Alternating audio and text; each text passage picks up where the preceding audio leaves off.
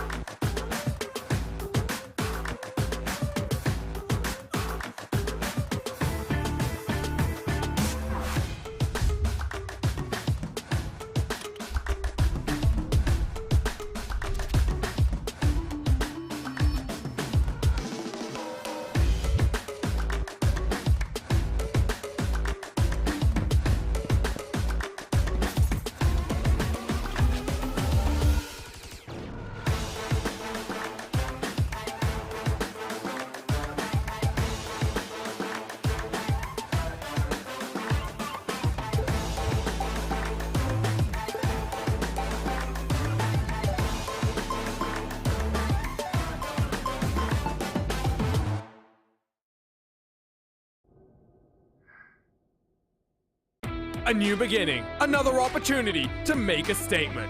Lionheart celebrates its roots with the car that started it all. 18 races to determine who is the best in the most exciting form of auto racing on the planet. 200-mile-per-hour Indy cars inches from disaster or glory.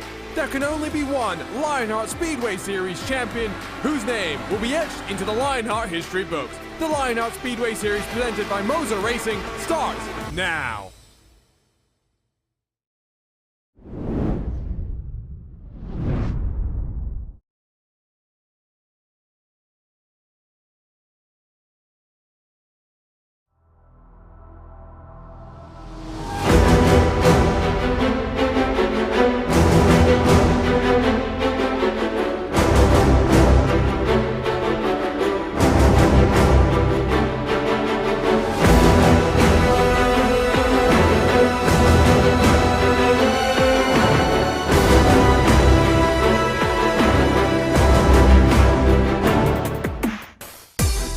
Each year, thousands upon thousands of people all come to this hallowed ground, a spot where tradition never stops, where at any moment, elation can turn into heartbreak, where odds-defining moments can turn drivers into legends, where competitors can turn into heroes or villains.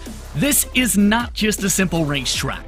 This is Indianapolis Motor Speedway, and this is the Next Level Racing Indy 500 presented by SimRace247. Hello everyone and welcome to Race 10 of Season 2 for the Lionheart Speedway Series presented by Moser Racing, live on RaceSpot TV and ESTV. The Lionheart Racing Series is powered by HyperX, makers of premier gaming gear like the luxury ultra-comfortable Cloud line of gaming headsets. Whatever you play, however you play, HyperX knows we're all gamers. For more information on HyperX products, visit hyperx.com. My name's Justin Prince. Alongside me for 500 miles, 200 laps is Andrew Kinsella for today's coverage with Arjuna Kankipati in the producer's seat.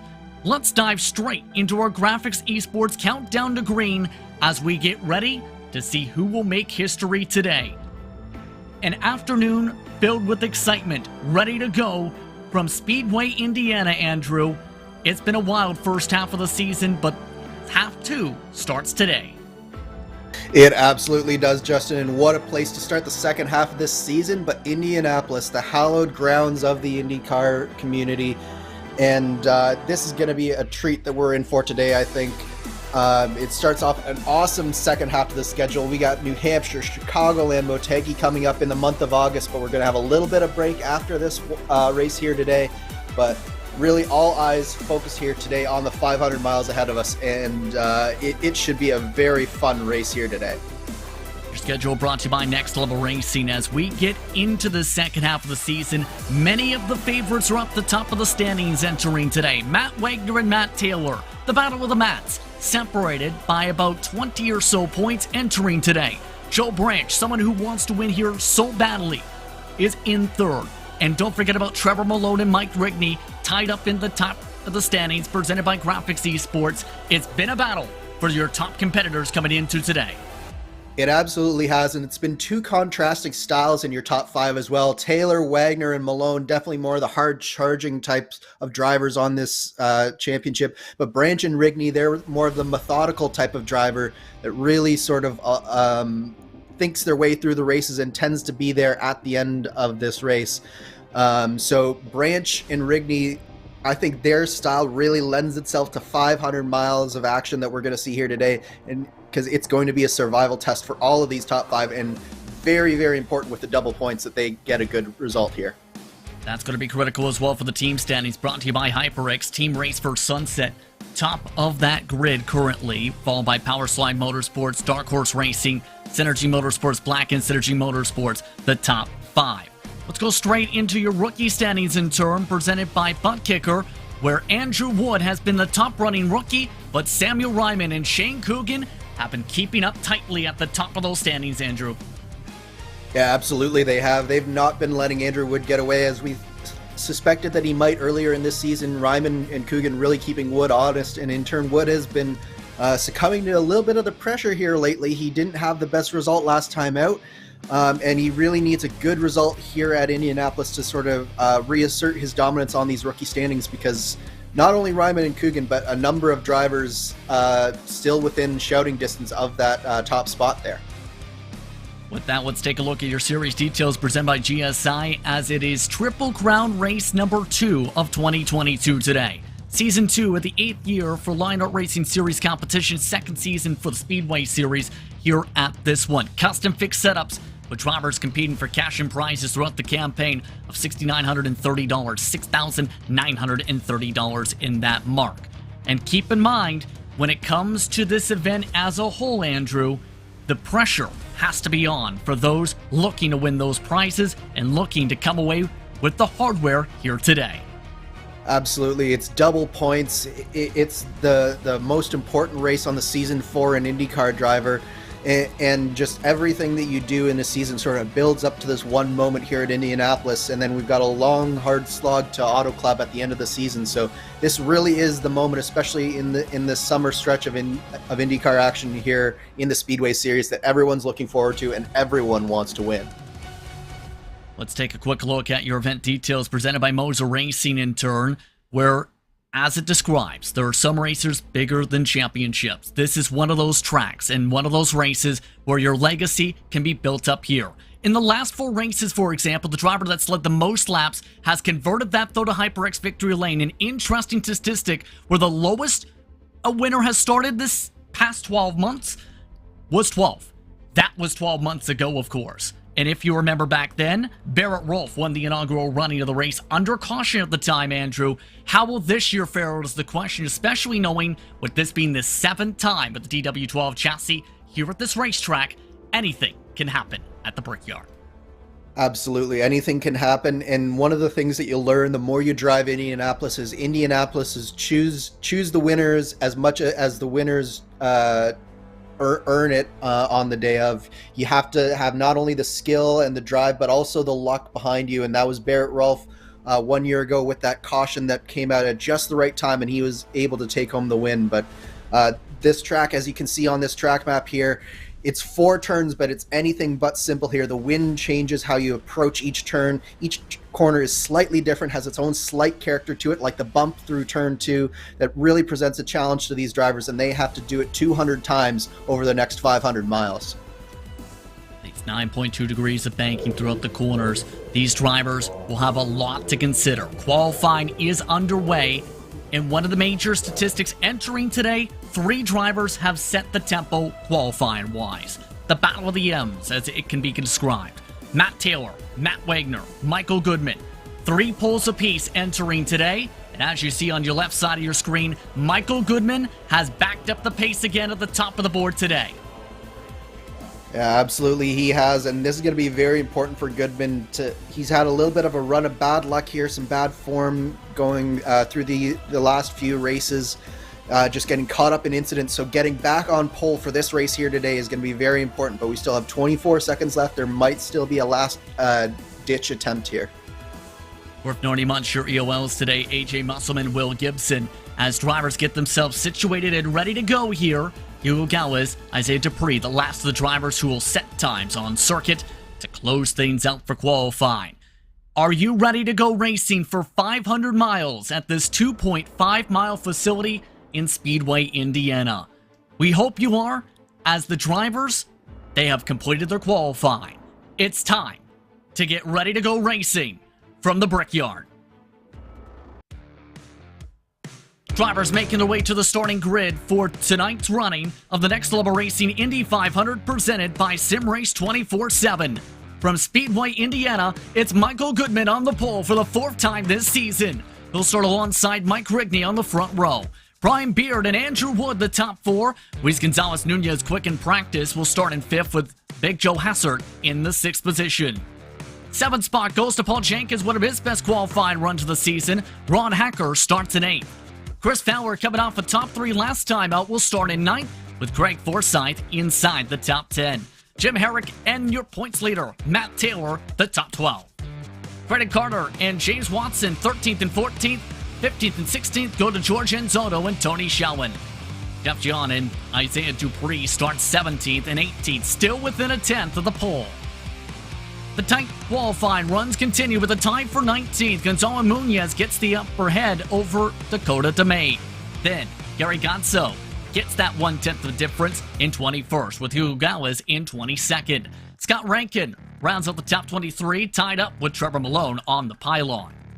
25th goes to Shane Coogan, with Christian Jasper 26th, Vern Hawkins and Joe Branch, your drivers who set qualifying times. The drivers towards the back today, Matt Wagner, Samuel Ryman, and the Gibsons. Will and Mike Gibson will start at the tail of the field today. And drivers continue to make their way to their cars before we get rolling for today's action. It should be an intriguing 500 miles to go racing here today, Andrew. Weather conditions pristine to go motorsports racing at the Brickyard. 111 degrees the track temperature Fahrenheit. It should be a fun one for our drivers today. Yeah, absolutely. The weather is perfect here for racing at the Brickyard. And these drivers and these teams, this is what they've been building for the last week or so. They've been putting in the practice times. Now all that goes away. It's time to start up the engines. It's time to pull away. And now it's just you and the car and 200 laps around one of the most hallowed grounds in all of motorsports. Let's take a look at your feature on boards for today. First up, Joe Branch. Sim racing is better with Butt Kicker. Visit thebuttkicker.com. Your pole sitter for today has the SimRace247 on board, Michael Goodman. Visit SimRace247.com, where sim racing is for everyone. Chris Fowler has the next level racing on board. Take your racing to the next level. Visit nextlevelracing.com. And Matt Taylor has the HyperX on board. Whatever you play, however you play, HyperX knows we're all gamers, and HyperX is always ready to game. That's a look top to bottom of your running order and your featured onboard cameras for today. 32 entrants of note. Matt Wagner did not make the start for today's running. He'll have to start from the pit lane.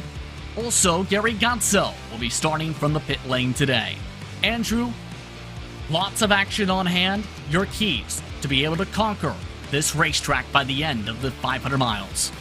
First things first, you have to be able to survive turn 1, lap 1. There's always calamity here. Everyone's so jacked up and ready to go. Secondly, you need to play the fuel strategy game and nail your strategy. And then third of all, you just need a little bit of luck. And sometimes, again, Indy can pick who gets lucky and who doesn't. So that's, for me, the 3 keys to this race.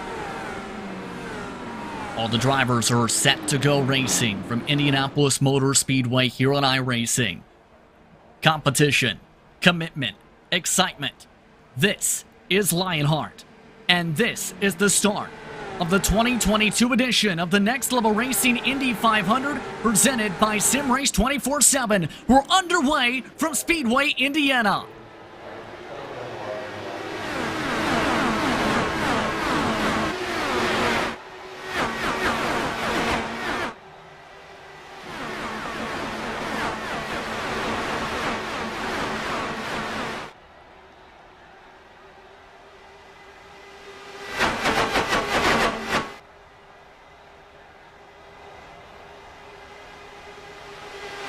For the race lead, Goodman losing the spot quickly with the swap draft to Mike Rigney coming into turn 3.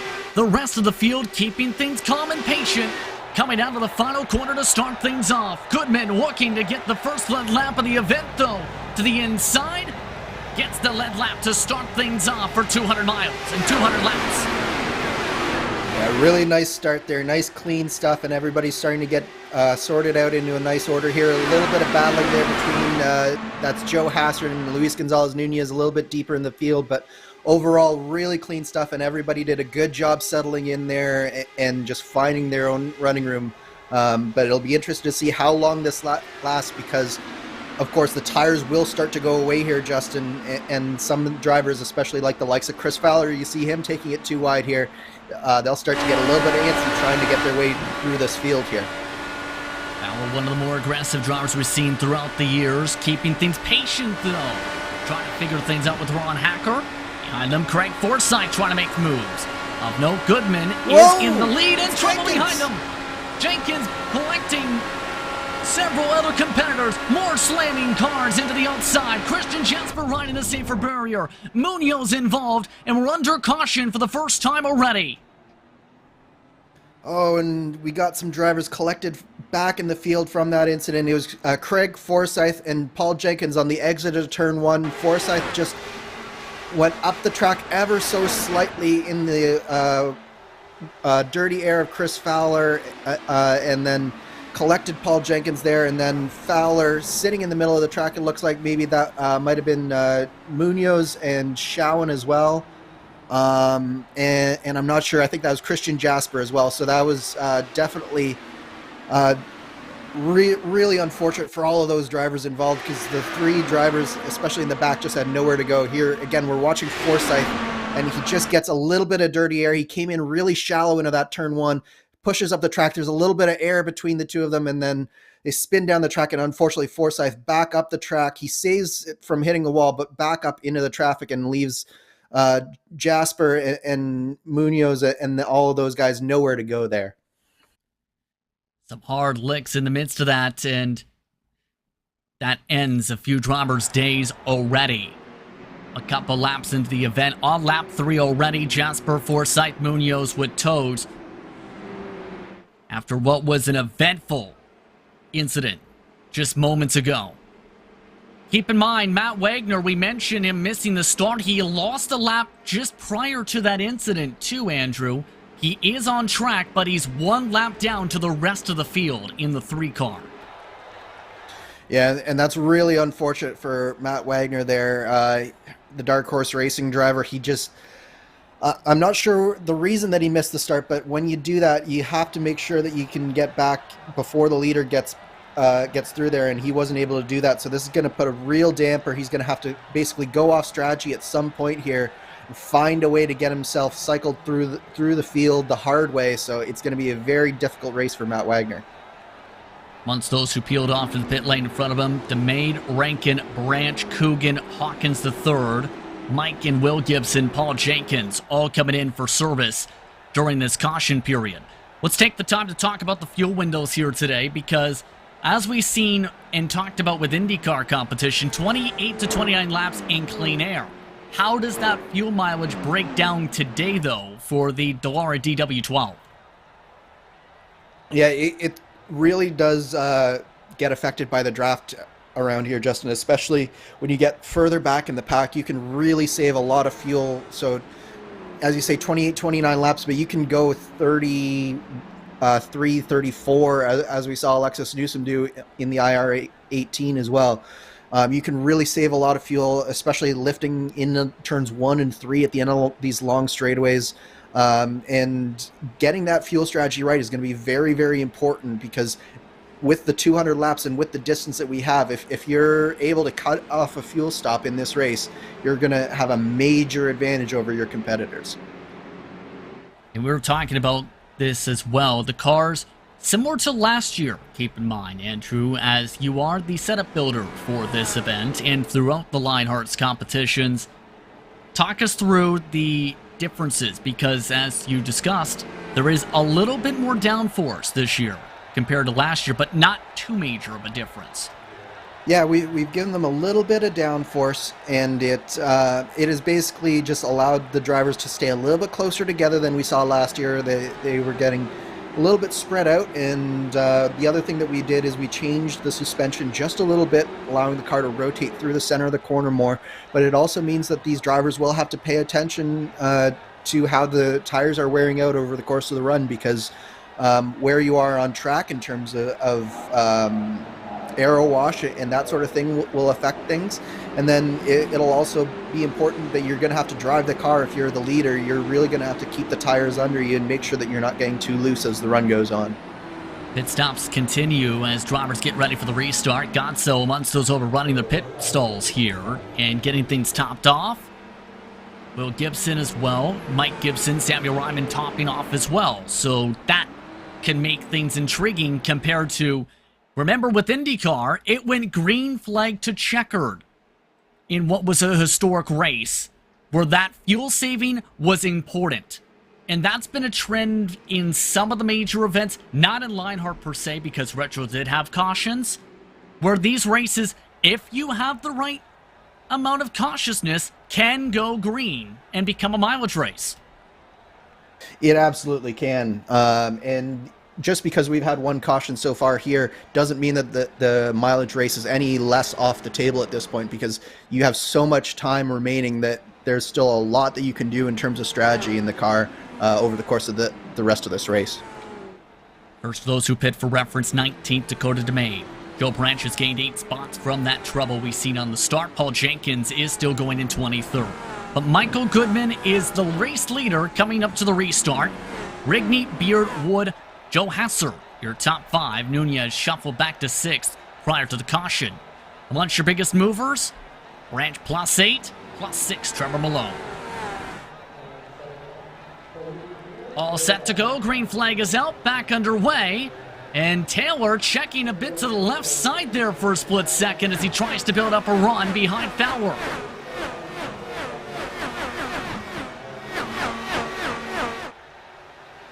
Nice and clean for the most part amongst your front runners. But was going to say, an interesting poke out from Taylor. We've seen it a bit in practice as well, too, in the final practice restarts.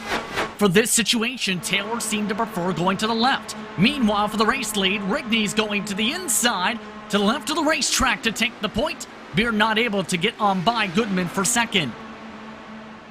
I think what you saw there from Taylor is that one of the things that can happen particularly early on with so many cars on track is you can get checkups very easily here, because you do have this straight run to the green flag, and it's very difficult to try and anticipate when the drivers in front are going. So by going down to that inside lane, what Taylor's doing is just getting a clear picture of what's going on and avoiding any potential checkup that happens.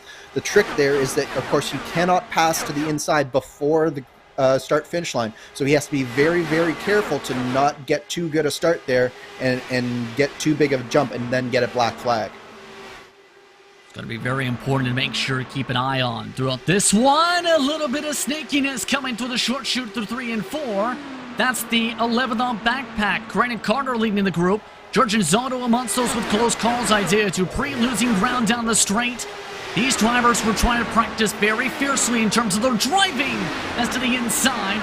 goes Tony Shelman to move up a spot. And you can tell that some of these drivers are desperate to try and get around some of the drivers in front. Creighton Carter's got a really big gap in front of him, and that's sort of what's allowing this pack to form up right behind him. Is he's losing the draft of that top 10 in Jim Herrick in front of him. So it looks like Schowen is getting really desperate to try and lead this pack back up to that top 10. Yeah, especially with the amount of fighting we've seen. That can be critical. Last time by, Tony Shelman 3/10 quicker than the cars in front. Will the swap draft come into play? No. Carter elects to be patient. They try to regroup and gain back up to the 40 car.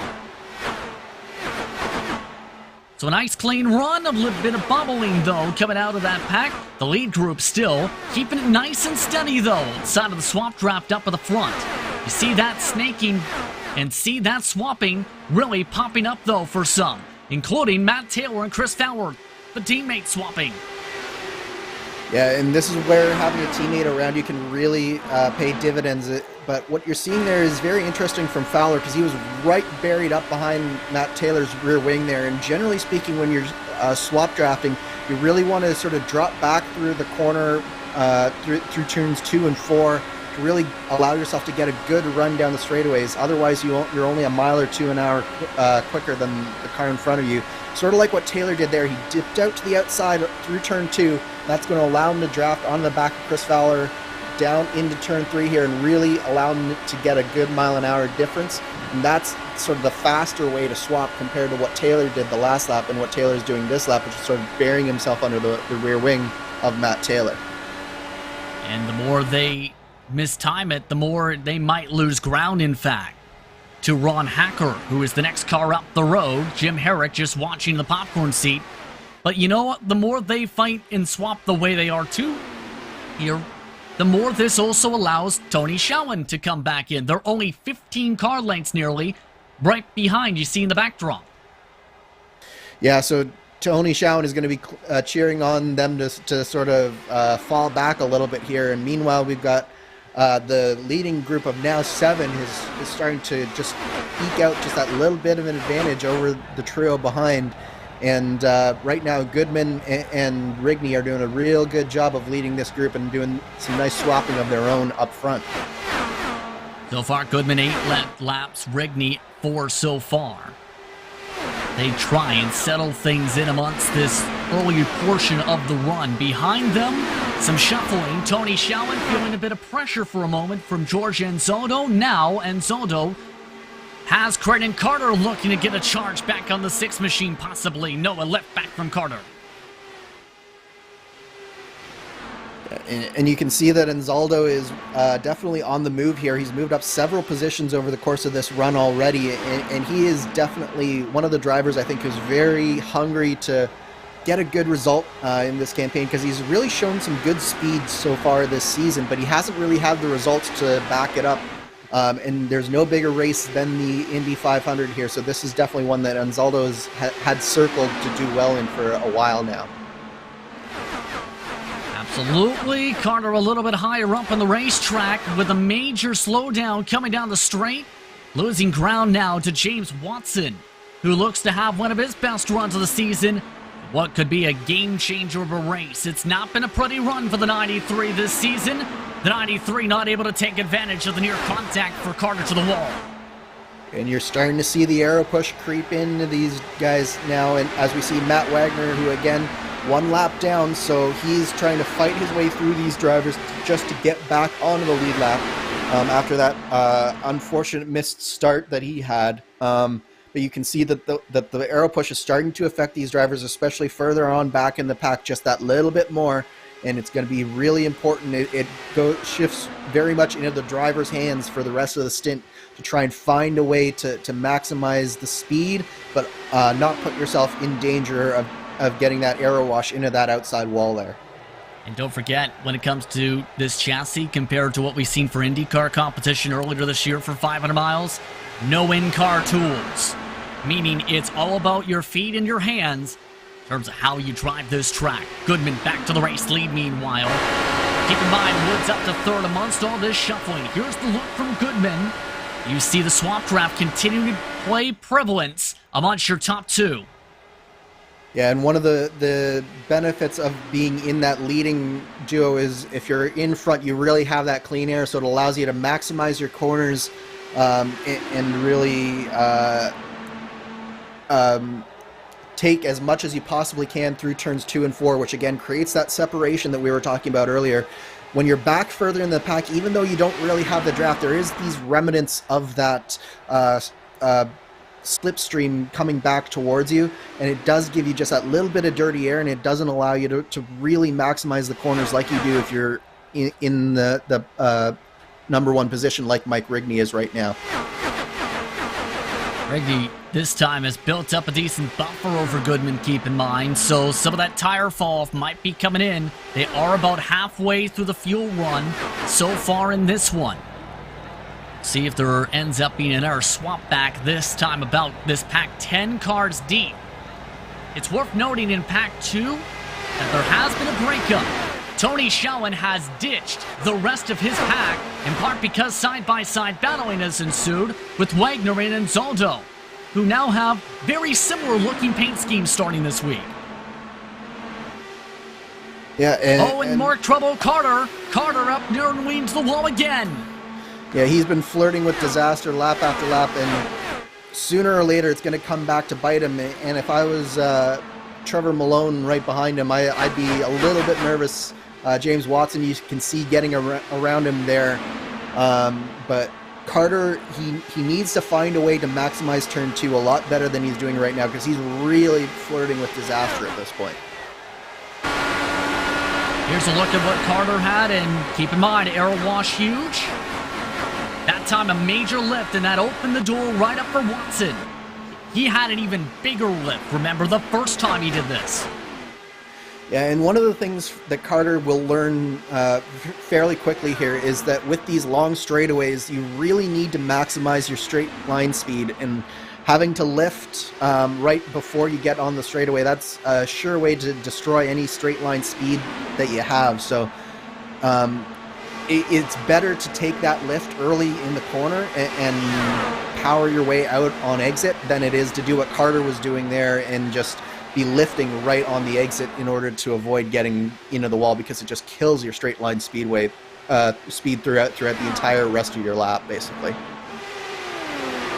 Let's take a look at your driver profile presented by Moser Racing for today. It's Trevor Malone, who is continuing to have a strong run so far, 27 starts.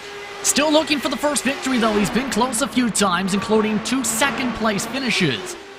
He's first started, remember, at the season opener at Twin Ring Motegi with 13 top 10s, 7 top 5s, and a pole. To his credit, when it comes to Trevor Malone, he's 15th, currently running in Pack 2, trying to catch up to the leaders. Yeah, he's sort of buried in this pack right now, and I think that he's doing the smart thing right now, Justin, and just sort of cruising along here. It's still very early in this race. We've barely gone a tenth of the way through the total race distance at this point, so Malone's got lots and lots of time. I've been in this position a number of times, and the best thing to do is just do exactly what he's doing right now. Just be calm and allow the race to sort of come to him a little bit here.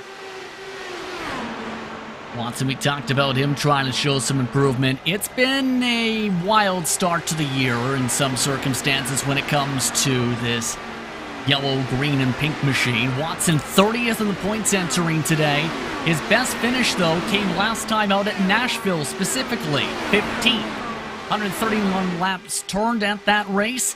Had a solid finish in that one compared to some of the bad luck for the 93 this year. Yeah, so far the color scheme has matched the temperament in terms of the race results that Watson has been able to pull through, but he is another driver that has shown moments of speed. He just needs to sort of understand more a little bit on the racecraft side of things, when to make the moves, when to sort of lean back a little bit. He was getting very close to the back of George Anzaldo there the last time through turn 1, and it checked him up and sort of allowed Creighton Carter to get back into him. So really timing your moves and knowing when to be aggressive, when to be patient is going to be very important for him as he goes towards the second half of the season. Mine, also a fellow sim racing broadcaster in the community, also has won multiple championships, but not necessarily in open wheel competition. His background, remember, is dirt racing. By the way, See how things are faring out up front. Mike Rigney is trying to check out. He's keeping the gap even with Goodman to 0.7 of a second. Andrew Wood wants to keep up, jumps up to second with the draft. And you're really seeing that those tires are starting to make a difference here for Mike Rigney. It's allowing him to really break the draft. The drivers in second just aren't able to really stay with him at this point, and he's right on that cusp of breaking the draft to Andrew Wood. Wood still got a sniff of it here, but he's really got to nail a few corners here to drag this group back up towards where Mike Rigney is. But the one thing about that, Justin, is that Mike Rigney is going to have a lot of clean air in front of him, and that means that he's not going to get a very good fuel mileage here for the remainder of this stint. And that's important because these drivers don't have any fuel maps that they can cycle through like you do in the IR18. With this, any fuel saving is all down to draft and throttle control, and Mike Rigney basically now is going to be flat out for the rest of this stint. Going to be very important to make sure you keep those in mind, absolutely. Tony Schauwen, I talked about this a little bit earlier. He drove by himself here to the lead pack. Yes, you heard that right. He drove himself without any draft to the rest of this pack. Yeah, Schauwen is one of those drivers. He's got thousands and thousands of miles of experience here at Indianapolis. He knows the lines that you need to drive, particularly in this DW12 chassis that can really sort of maximize your dirty air running, and that's allowed him to draft back up onto this leading pack, and he's brought Matt Wagner with him as well. Wagner just a few tenths behind him, even though he is a full lap down once again, but great drive there from Schauwen, and that's really put him in a good spot coming into this first round of pit stops that we're expecting probably in the next 3 to 8 laps here. And don't forget, some drivers had topped off during the previous caution. Vern Hawkins III is the first of those in 17th, 7 seconds back. Then there's a bumper to Joe Brandt, Shane Coogan, Scott Rankin, Dakota DeMate are all amongst those in drafting packs who have a chance to go another 5 or so laps further. Keep in mind, some of them have also been very aggressive and some of their passing attempts have not worked out. Dupree, for example, you see, trying to use the top line as a ramp. Yeah, and of course that is assuming that we do get a full round of green flag pit stops under our belt here, because some of these drivers back in the pack, they're getting a little bit sketchy here. We saw Creighton Carter earlier getting very close to the wall, and Isaiah Dupree just a little bit ago there as well. And you can see that some of the drivers on those fresher tires, they're starting to get a little bit antsy here, because I don't think that they've gone as far up the field as they were wanting.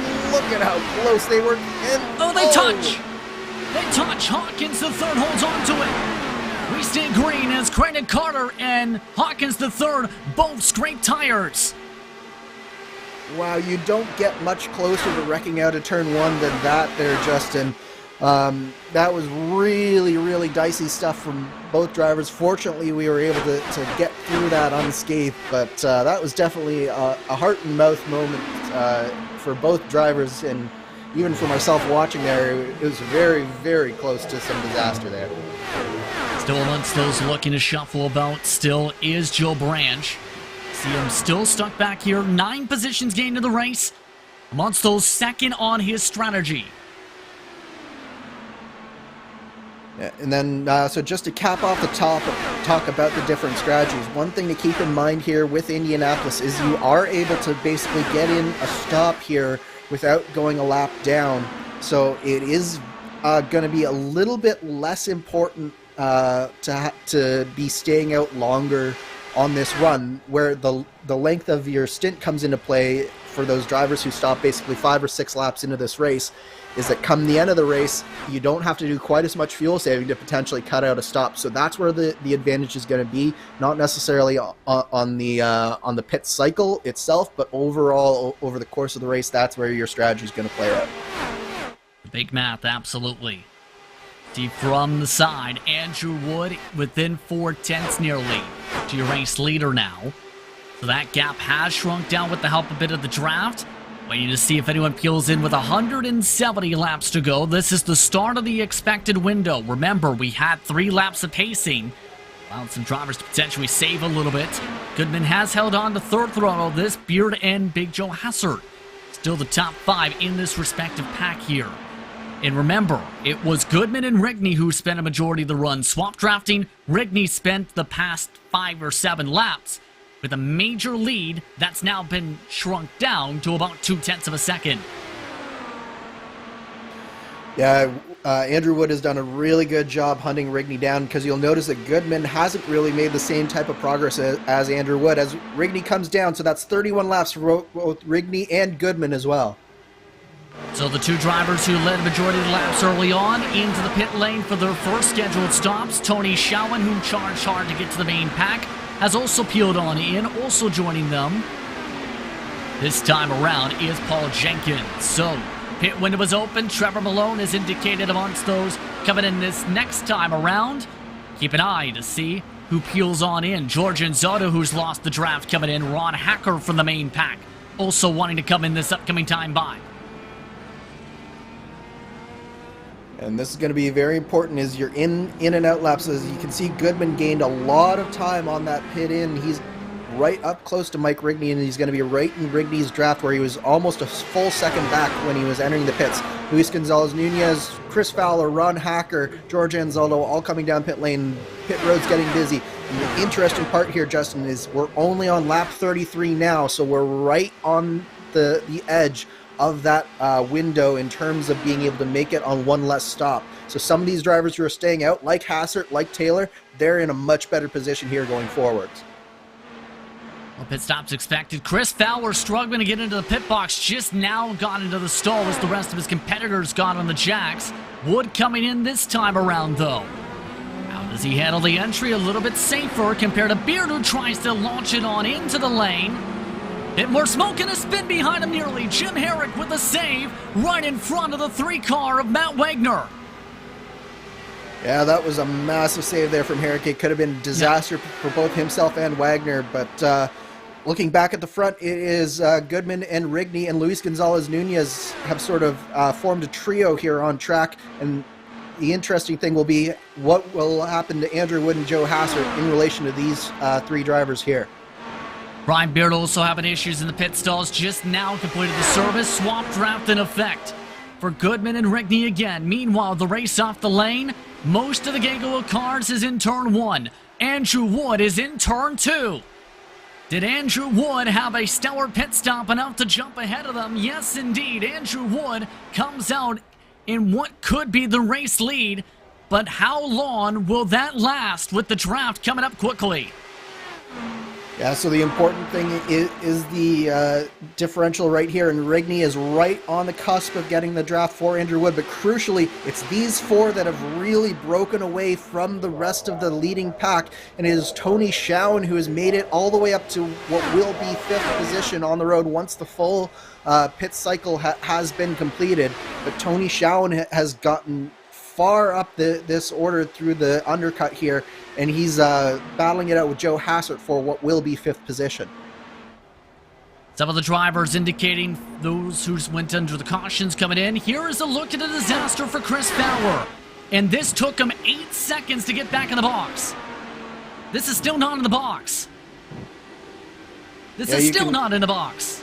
You can see that not only did he slide through the box, but he was also just too far to the left, so it did not allow him to take the service, and it forced him to back up several times.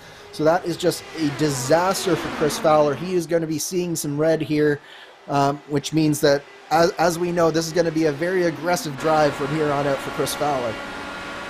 Here's a look at what happened with the 40 of Jim Herrick. And he nearly hits the back end of the 8 of Taylor in this.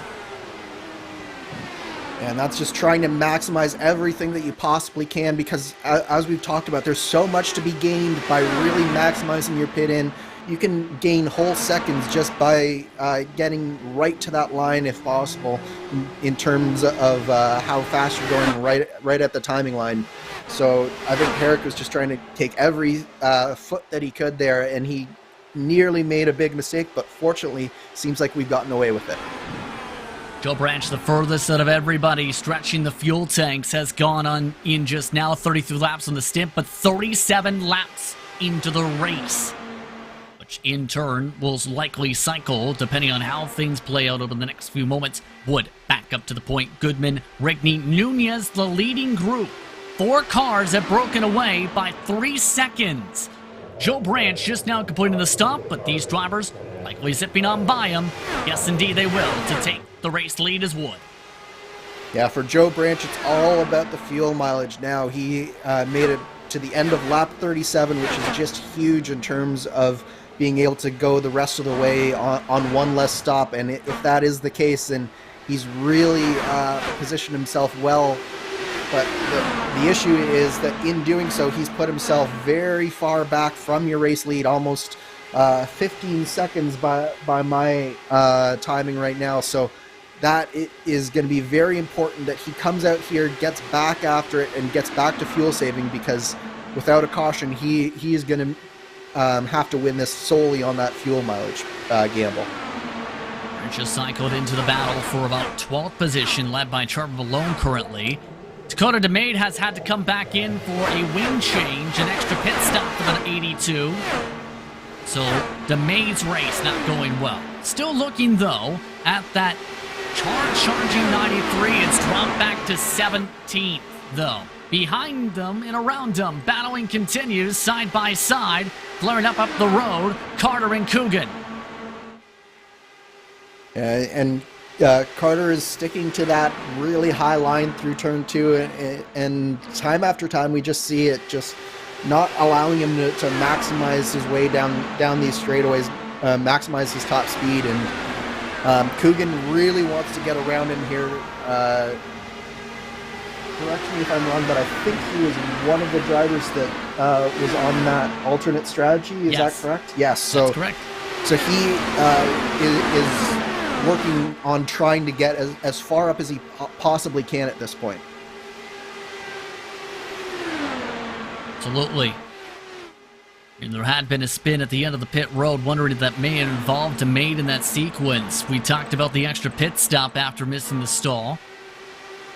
Did not in that case. DeMade did have to come back down to the access road in that situation. Meanwhile, the race leaders, Wood is still keeping a decent buffer over Goodman, Rigney, and Nunez here. 8/10 still the gap. Intriguing for Wood, who is maintaining speed here with the rest of the top 4. Yeah, he's just been consistently keeping that gap. And one of the things with the DW12 is it does sort of just create almost this bubble effect that happens with the draft. Is if you just get a little bit outside of the draft, you almost need something for the car in front to happen in order to break through and get to that sort of 0.7, 0.6 area. And once you do that, you can really draft up onto the back of the car in front. But until that happens, it's very, very difficult, especially when the driver has clean air and is able to maximize their turns. Or what you see at the head of this pack, how big one mistake in a pit stop, Andrew, can be, because Chris Fowler, remember, was in the midst for the race leaders.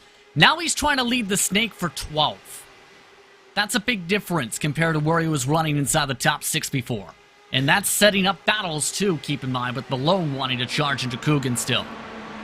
Yeah, and Coogan is continuing to be on the march here. He's gotten around Creighton Carter, and now he's around Trevor Malone as well, so Coogan's really showing some good speed here in this second stint. But it's interesting that Fowler is snaking the way he does, because while that will break the draft of the cars behind you, it is slightly slower because you're going a longer distance and you are basically creating more friction with the track by turning your tires. So it is the slower way down the straightaway. So it's definitely not helping this pack when he snakes like that to make any sort of dent on on getting onto the back of George Anzaldo in front of them.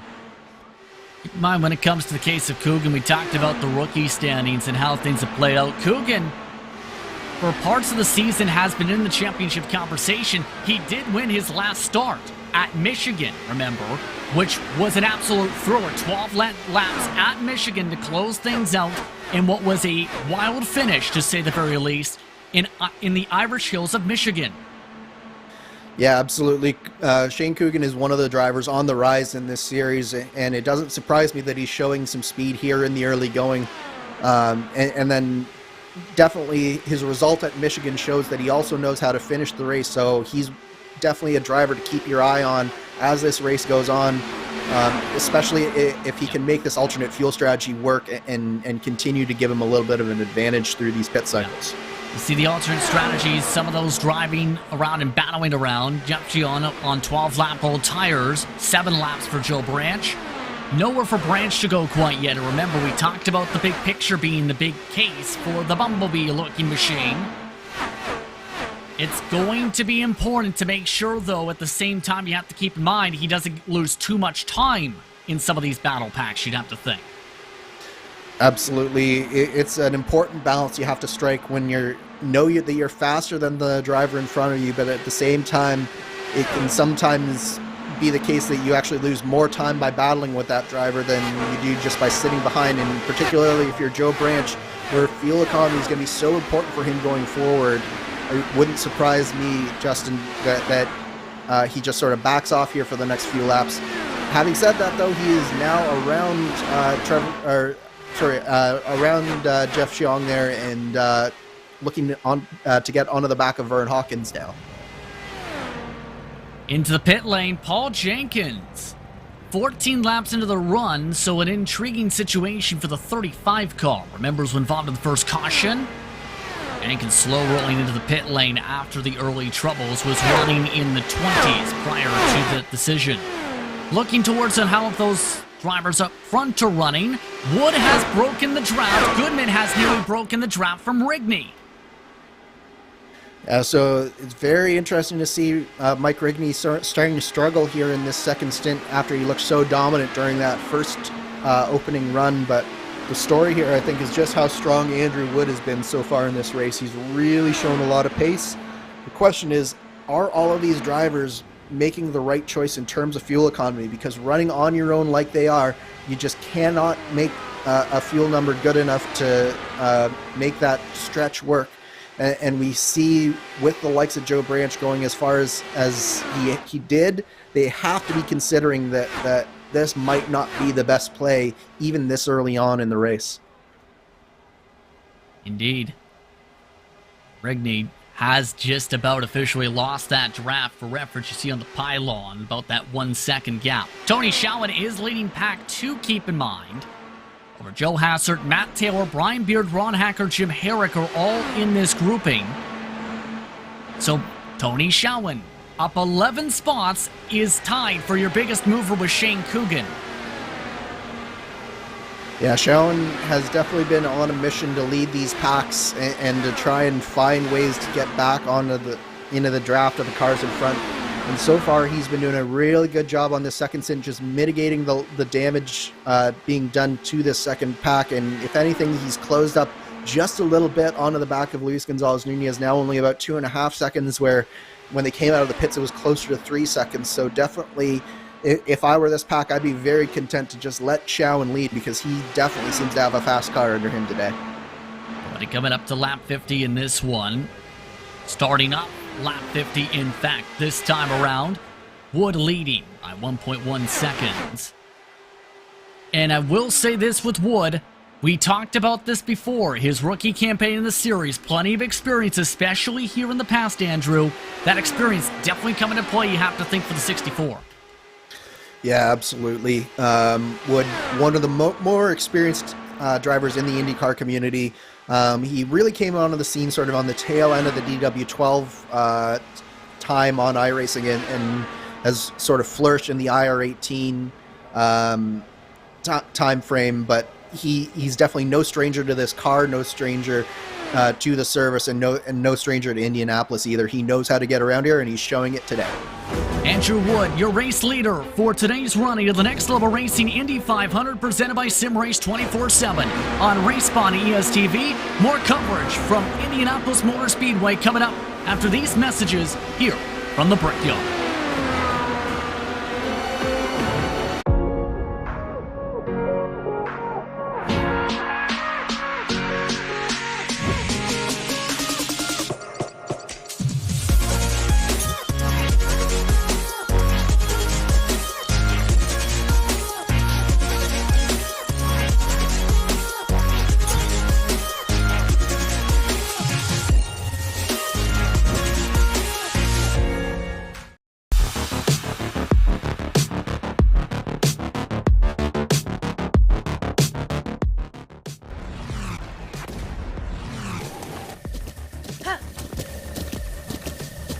With the Butt Kicker Gamer 2, what you see and what you hear is what you feel.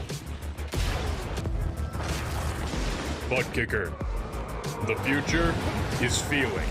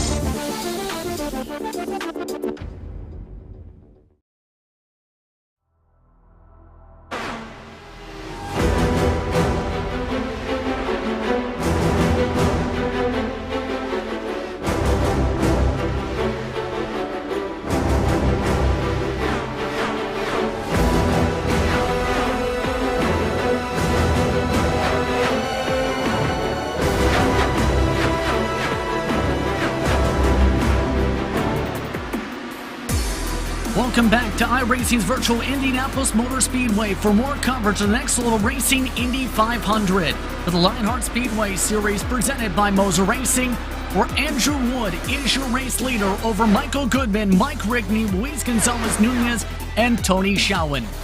Justin Prince, Andrew Kinsella with you, Arjuna Kekapati in the producer's seat as we make our way into quarter two of tonight's action.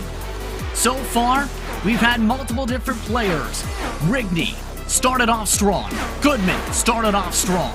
But Wood has become extremely strong when it comes to his throw power and when it comes to his speed, leading by 1.4 seconds over the rest of the pack, running away and pulling away. Yeah, Wood has stamped his authority on this second segment of the race. After the first round of pit stops, he was well out in front, and he is just driving away. Michael Goodman, the closest driver to trying to stay with him, but Mike Rigney and Luis Gonzalez-Nunez, they're just not able to stay with him now, almost 3 to 3.5 seconds behind the 64 of Andrew Wood. He is really stamping his authority on this portion of the race. Wood keeping it nice and clean in the midst of all this. You mentioned Goodman there too. Keep in mind when it comes to Michael Goodman, coming off his fourth pole of the season in that trailing position right now. His best finish as the pole sitter, keep in mind, a 15th at what is now Old Atlanta Motor Speedway on the platform. His other two pole positions prior to today, DNFs. And keep in mind, this is a track where curses can come into play. Yeah, Goodman has not. Goodman starting on the pole has not portended well for his finishing results, but so far so good, at least for the first quarter of this race for Michael Goodman. He's done exactly what he's needed to do. He's staying with Andrew Wood right now for the most part, and it's going to position him well if things continue to go this way. The thing with Michael Goodman is that he's made some small mistakes in each of these races, and he really needs to have a mistake-free race here today. And as we know, Justin, 200 laps around Indianapolis is a long time to go mistake-free. Especially with how much you need to hit your marks, 41 seconds a lap currently. Alonso's with a quiet run today. Matt Taylor was expected to be one of the favorites today. He's still in just 7th, a +5, yes. But for Taylor, expected big things from the 8 car as the points leader. Yeah, and I think that this is the case of Matt Taylor just sort of letting the race come to him. He knows that there's still a long way to go. We still have 3/4 of the race basically still to go. So he's just sort of sitting and cruising. The trick that you need to do with that is you need to make sure that you're not letting the leader escape too much here, because he's now almost 7.5 seconds behind Andrew Wood, and that's going to be a lot to try to make up without a caution. And normally you'd expect some cautions to come out in this race, but Justin, we saw less than a month ago, the IndyCar series went green from green to checkered, so you never know when a caution will or won't come out around Indianapolis. Just following along with Brian Beard for reference, and keep in mind, Beard has been improving over the past few weeks. Oh, trouble! Big crash in the heart of the pack. Watson just gets through. Carter spins it around. Debris amongst those upside down. We're under caution. Well, I will take full credit for that commentator's curse in terms of bringing out a caution there.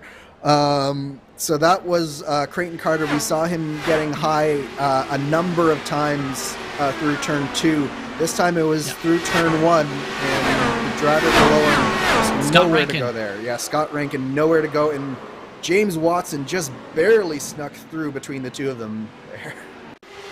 Watson had to slide it into the cones to avoid trouble. Let's take a look at this. Yeah, it was just too high. He kept in the throttle trying to drive the car through the push, but it just brushed that outside wall. As soon as he hit the outside wall, it basically spun him straight down across Rankin. Just an innocent bystander there. And then watch this onboard from James Watson. You can see the car getting up on its side.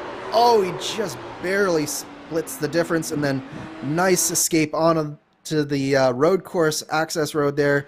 Now you have to be very careful when you rejoin because it's very bumpy through there. Watson does a really good job. He should have avoided any sort of damage from that. So really nice driving there from James Watson.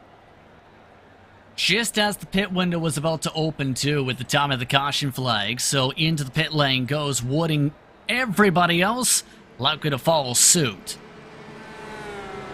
Yeah, but crucially, Justin, one driver who might be benefiting from this, Matt Wagner, should be staying out here, and he might just be able to get a lap back, even if it is only temporary.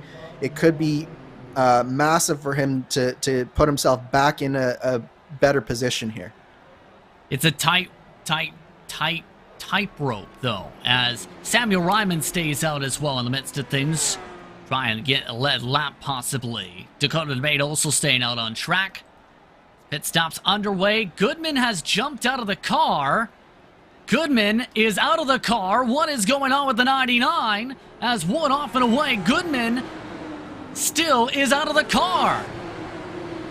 Something has gone disastrously wrong here for Michael Goodman. No explanation for what happened unless there was some sort of hardware failure while Goodman was on pit lane. If that is the case, the one benefit for Goodman is he is under caution here, so he does have a little bit of time to fix it, but that's just disastrous for the number 99. He is now out of the race after running in second, so that changes a lot. Nunez is now up to second net. Rickney Taylor Hassard now amongst your top 5, depending on what Samuel Ryman does. Keep in mind, Ryman is supposed to come in and pit.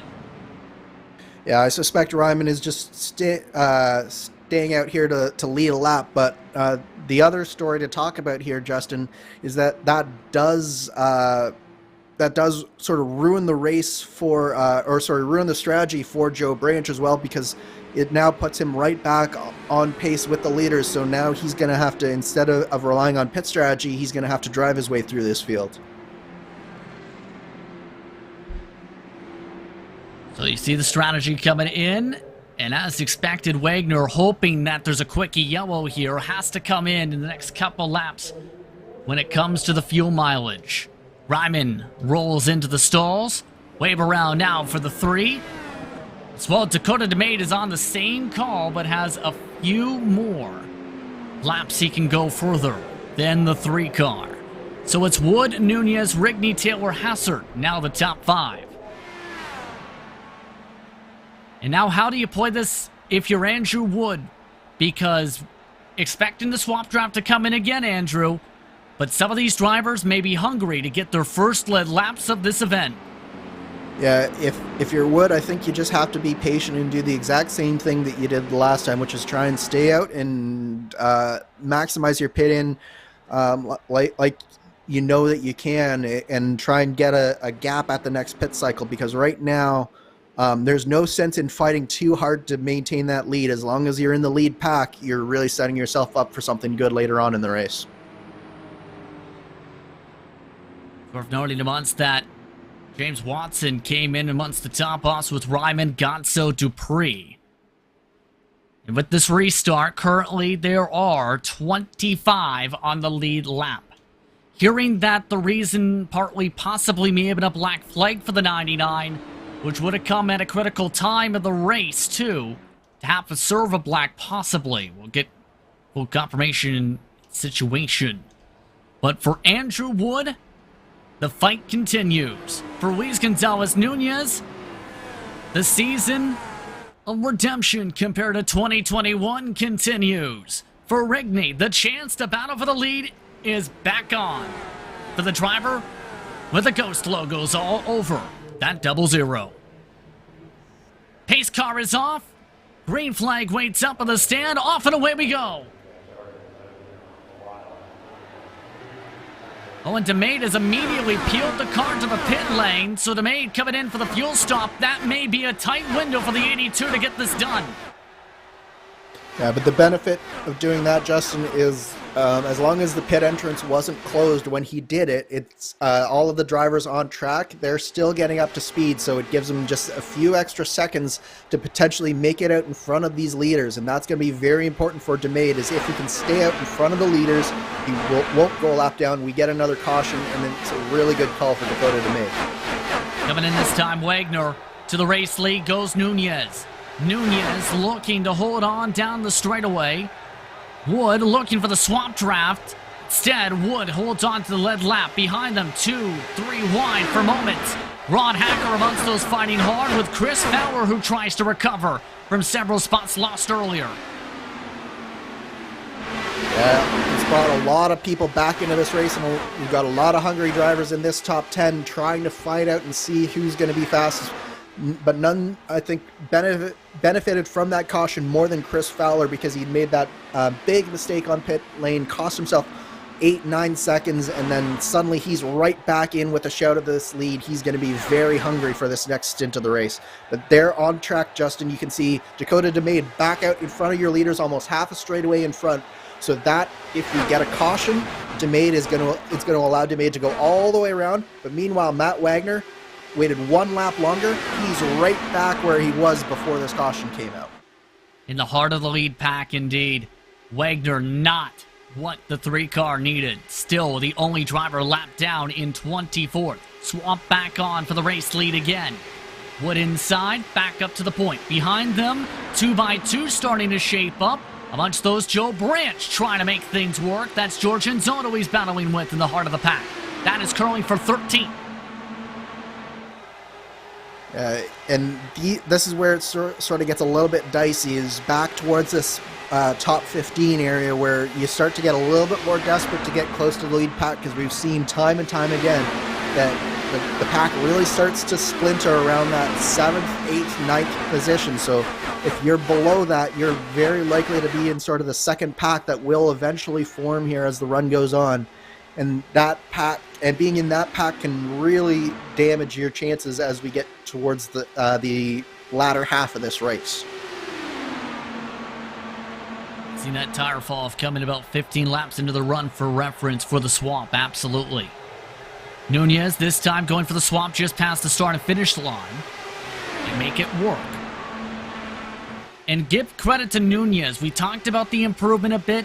Nunez absolutely has shot up this season in terms of his performances. 6th in the standings entering today. 2 top 5s and 5 top 10s in 9 starts, quoting back-to-back 4th place finishes. No driver has improved more than Luis Gonzalez Nunez this season. It's been a meteoric rise for him. As you say, 6th in the standings, something that we probably would not have thought was possible at this time last season. with some of the performances that he had, but he's really found his legs here in Lionheart. And he's showing it here today. He's doing a real good job swapping here with Andrew Wood, just keeping it nice and clean. And this is exactly the type of race Luis Gonzalez-Nunez needs here. So important to build up momentum for races such as this, absolutely. No swap this time from Andrew Wood. The tire fall off cliff off may be starting to approach here, so keep that in mind. Time for the 14 machine to lead things forward here amongst this pack. This lead pack, 20 cars deep for reference, separated by 5.8 seconds, nearly 5.9 seconds in fact. And they're all single file right now, just staying in line, saving fuel, and that is an important consideration to make because we were just before the pit window was really about to open there that we had those pit stops. And that means that for a lot of these drivers, particularly back in the pack, the fuel save is still potentially on. If you're Andrew Wood, if you're Luis Gonzalez-Nunez or Mike Rigney, it probably is going to be very difficult to save the fuel that you need to go those 34, 35 laps on a stint. But 33 is definitely doable for some of these drivers, particularly farther back in this leading train. Wood trying to break up some of the draft now with a bit of the snake. 130 laps to go, this time by at the stripe. And keep in mind, amidst in this pack, we talked about Wagner shuffling into this lead group. Wagner is amongst those looking a bit more of the antsier of the pack, we'll say. Keep in mind, he's in the heart of that pack, around 10th in this line, and is amongst those who've seen a few different attempts to pass by Ron Hacker. Yeah, and certainly for Matt Wagner, it's very important to do two things. One, to make his way slowly through this pack in order to get himself potentially back on the lead lap, but two, to make sure that he does it in a very clean and controlled way, because you do not want to insert yourself into a lead lap fight, because it can gain you a lot of respect if you can be in Wagner's position and do it cleanly, but it can also lose you a lot of respect if you affect the race of a top 10 driver in a race like this. So he's got a very fine edge to walk here as he goes forward in this race. But if there's one driver who's shown that he can drive through adversity so far this season, it's been Matt Wagner. Absolutely. Jim Herrick you're seeing also in this grouping. Shane Coogan, though, is amongst your biggest movers. Vern Hawkins III, the next car in line behind him, in fact, is your overall biggest mover. And remember, Hawkins III was amongst those in a great position before the caution, along with Coogan. Now, they're trying to battle it out to get up to Jim Herrick for the top 10. And as you say, Coogan, he's really shown a lot of speed here, so he's just been methodically working his way forward, and he's another one who this caution, it was sort of a mixed bag for Coogan because he was on that alternate fuel strategy. He potentially could have made it on one less stop compared to some of the other leaders, but he was also far back from that lead of Andrew Wood. It was 8 or 9 seconds when the caution flew. Now suddenly Coogan less than 3.5 seconds behind the race lead in 11th. So it definitely wasn't probably the caution that he was necessarily looking for at the time he was looking for, but at the same time, I think it really has benefited Coogan in terms of his competitiveness in this race, because he's definitely shown he has the speed to make these passes as the run goes on. We'll say the one driver I think that helped out a lot was the boss man, Joe Argenzotto in this case, because before that caution, Andrew, he had been running on his own except for maybe one lap car for about 25 laps straight. Now, looking to keep things up for the 13th position. In fact, Joe Branch trying to find a way to get up to him. And speaking from experience in the Lionheart IndyCar Series, Indy 500, that we saw just a little bit, or just a few weeks ago, there's nothing lonelier than driving on your own around Indianapolis, because you basically have to challenge yourself to run qualifying laps every lap in order to keep yourself interested in the race, because in my case it was closer to 120 laps on my own, but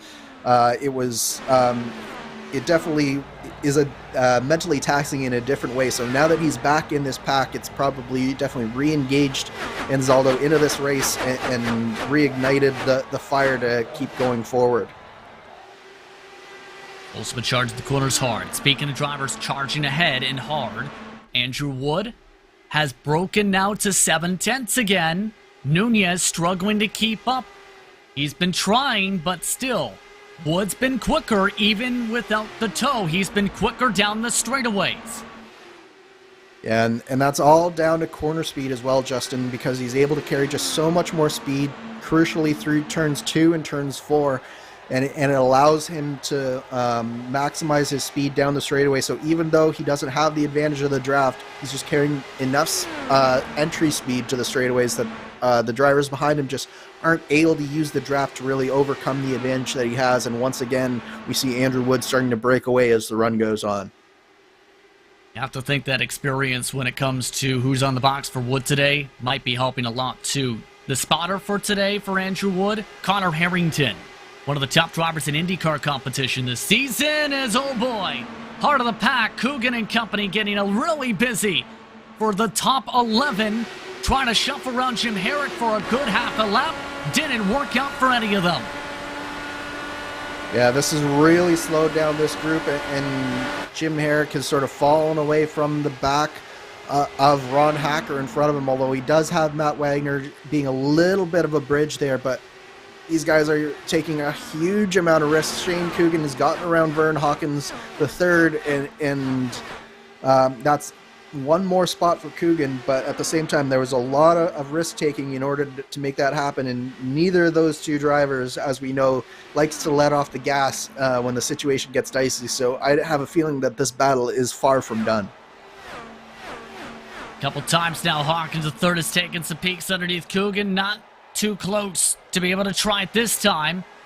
And Hawkins the third is now trying to test things out, just wiggled the wheel down the middle of the straightaway here with a big boost nearly to Coogan. And George Anzaldo also in this fight here. Hawkins makes a small mistake coming out of one, gets really high, but now Anzaldo looking to the inside. The question is, will Anzaldo have enough momentum? And he just doesn't, but now Joe Branch is getting involved as well, and you can just see the effects of the draft and the effects of momentum. You need to make sure that the moves that you're making don't put yourself in a compromising position, particularly on corner exit, because it's so easy to just fall right back into the clutches of the driver right behind you if a move is not successful. Vern Hawkins a third down point away from Anzaldo. Coogan still trying to find a way to crack the puzzle of passing Jim Herrick. This group has now lost ground to the rest of the leaders by 2 seconds nearly, after trying to make the pass on Herrick, who has been running 10th for what feels like the entire day. Yeah, Herrick has been comfortable in that 10th position, and he's not willing to let it go easily, and it's cost this group a fair bit of time here. I think it would be interesting to see what would happen if Shane Coogan was able to get around Jim Herrick. Would he be able to continue his charge back towards the front to sort of pull what Tony Schowen did earlier and pull this group up forward? But it's very important, though, that if you're fighting to lead a group like this, that you have the speed to back it up and to pull your group along with you. Otherwise, all you're doing is costing your entire group time by staying out front. See the view from the top of the back straightaway now as things sort out for the leaders. Wood has fully broken the draft. Rigney is nearly losing the draft again to Nunez. So Rigney, it seems, when he is in this spot, in third in line, Andrew, it's not been easy for the 00. Second time this race he's been third in the line, and it's fallen back like this. Yes, and I think that clean air is playing a big part in that as well, Justin. Just with Wood and Nunez where they are, Nunez is starting to get more clean air to the front of his car, and it's allowing him to go through the corners a little bit faster, and then so it in turn is allowing him to just get out a little bit more and a little bit more on Mike Rigney as well. But meanwhile, battle for P10, Shane Coogan around Jim Herrick now. Made it look easy into turn one. Herrick trying to figure things out. Not able to close up. In fact, losing ground with the arrow wash now in the midst of things. Vern Hawkins III trying to set things up.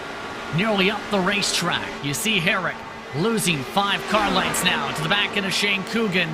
Gap is nearly a full second already.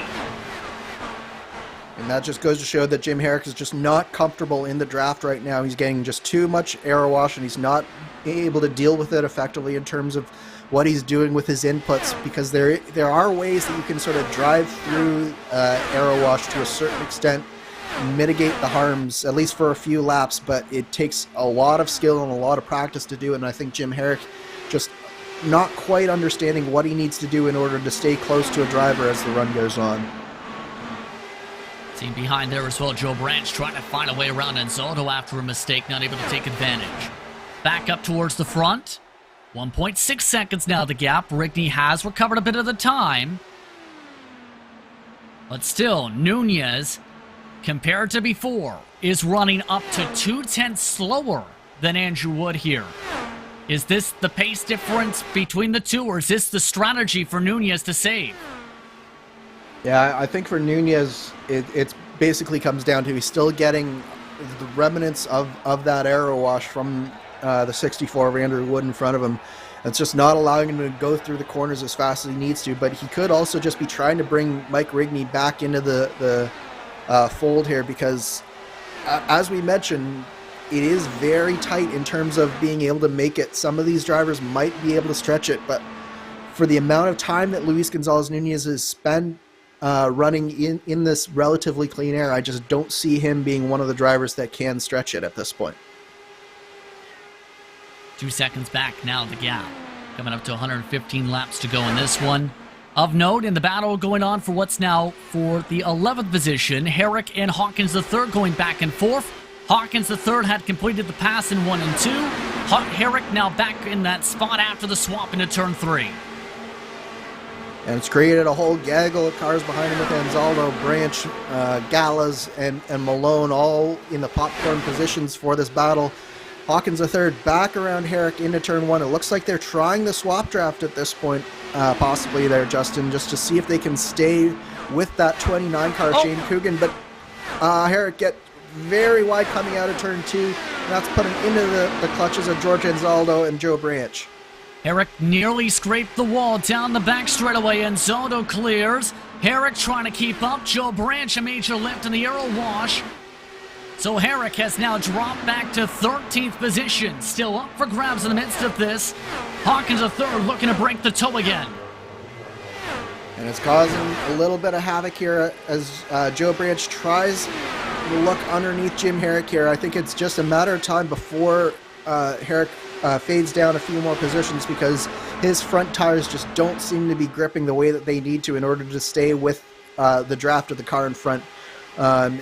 And it's a real shame for Herrick, because he had such a good, strong opening stint to this race. But as this race goes on, the cream definitely starts to rise to the top, and it's definitely difficult when you have the likes of Branch and Malone behind you to keep them at bay for 200 laps. And keep in mind, the temperatures where that cream starts to boil on top of the track surface has gone up by 9 degrees Fahrenheit. So that temperature is raising to nearly 50 degrees Celsius already. 73 degrees Fahrenheit is that air temperature. In sim time, nearly 2 p.m. It's getting extremely hot for this race. The hottest it's been all day. Yeah, this is basically the time where the car is gonna be screaming for more grip. The tires are gonna be screaming for mercy because of how hot the track is.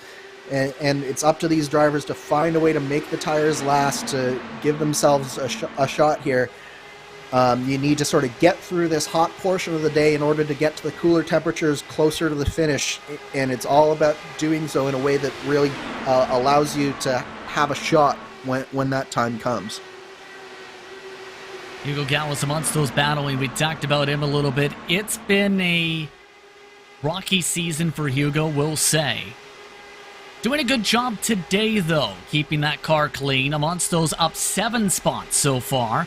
Remember, Hugo Gallas amongst those who started in the 20s after qualifying, 39.935, about a 10th off the pole time.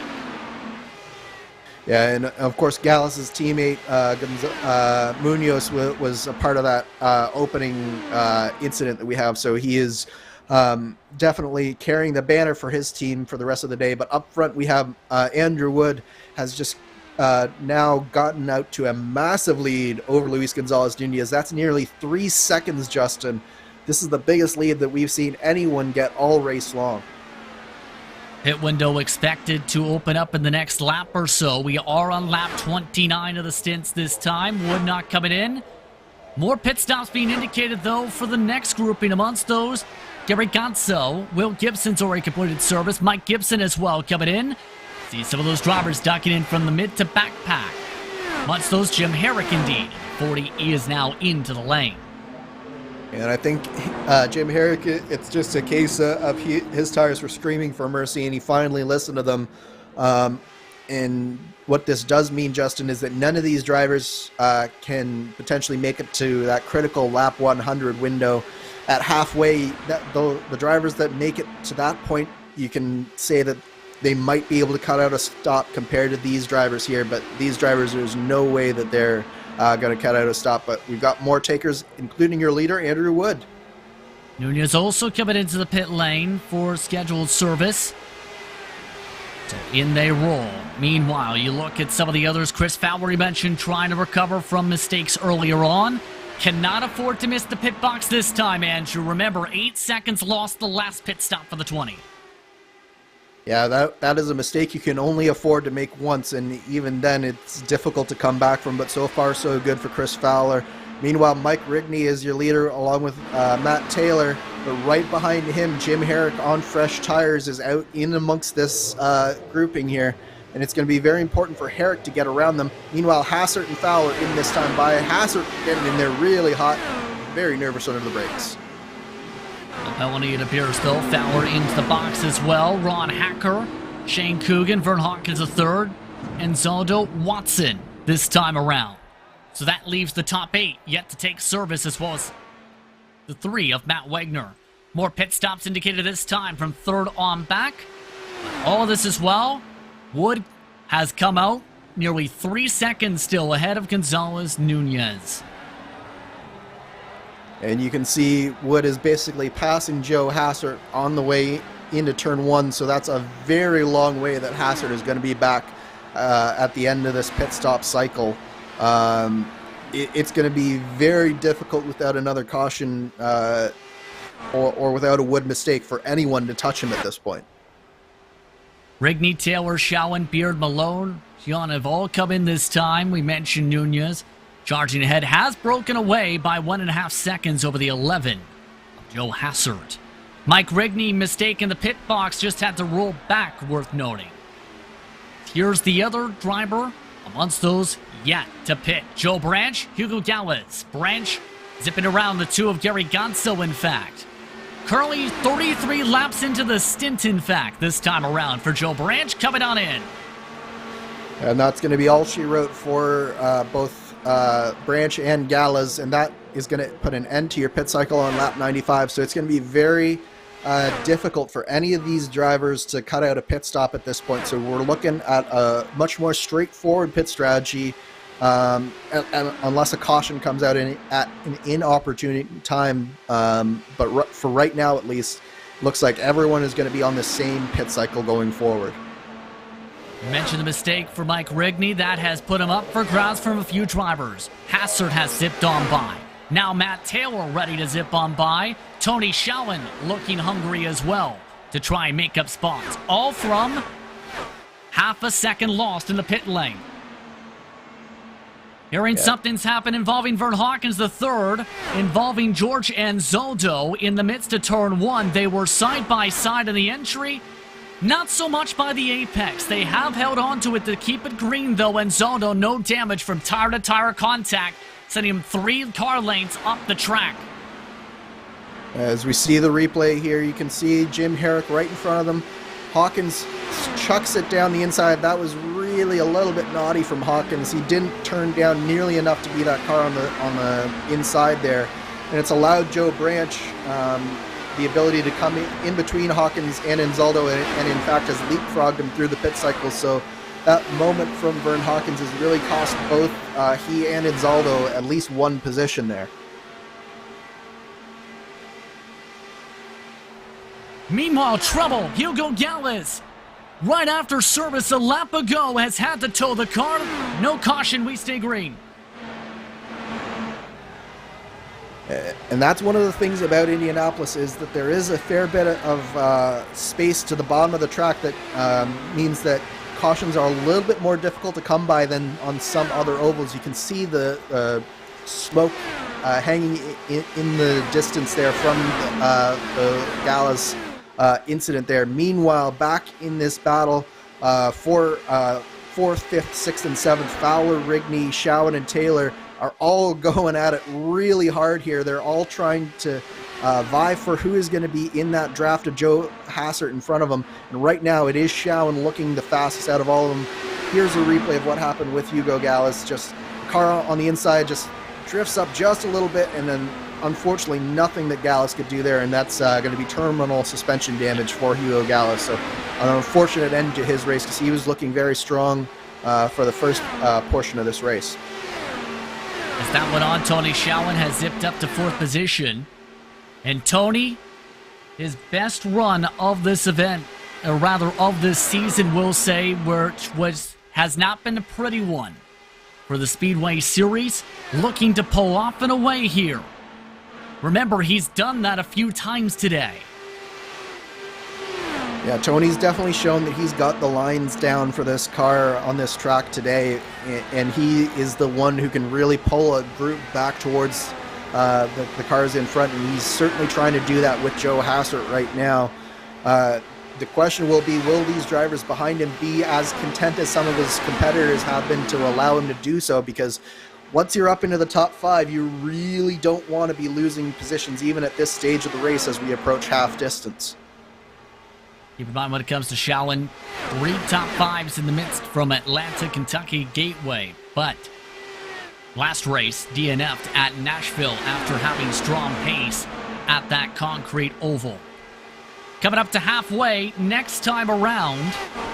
Now the next task, get up to Joe Hassert, who is up by 8 car lengths over this pack. Not easy to get up to in the midst of this, keep in mind, as you see Taylor try that high line.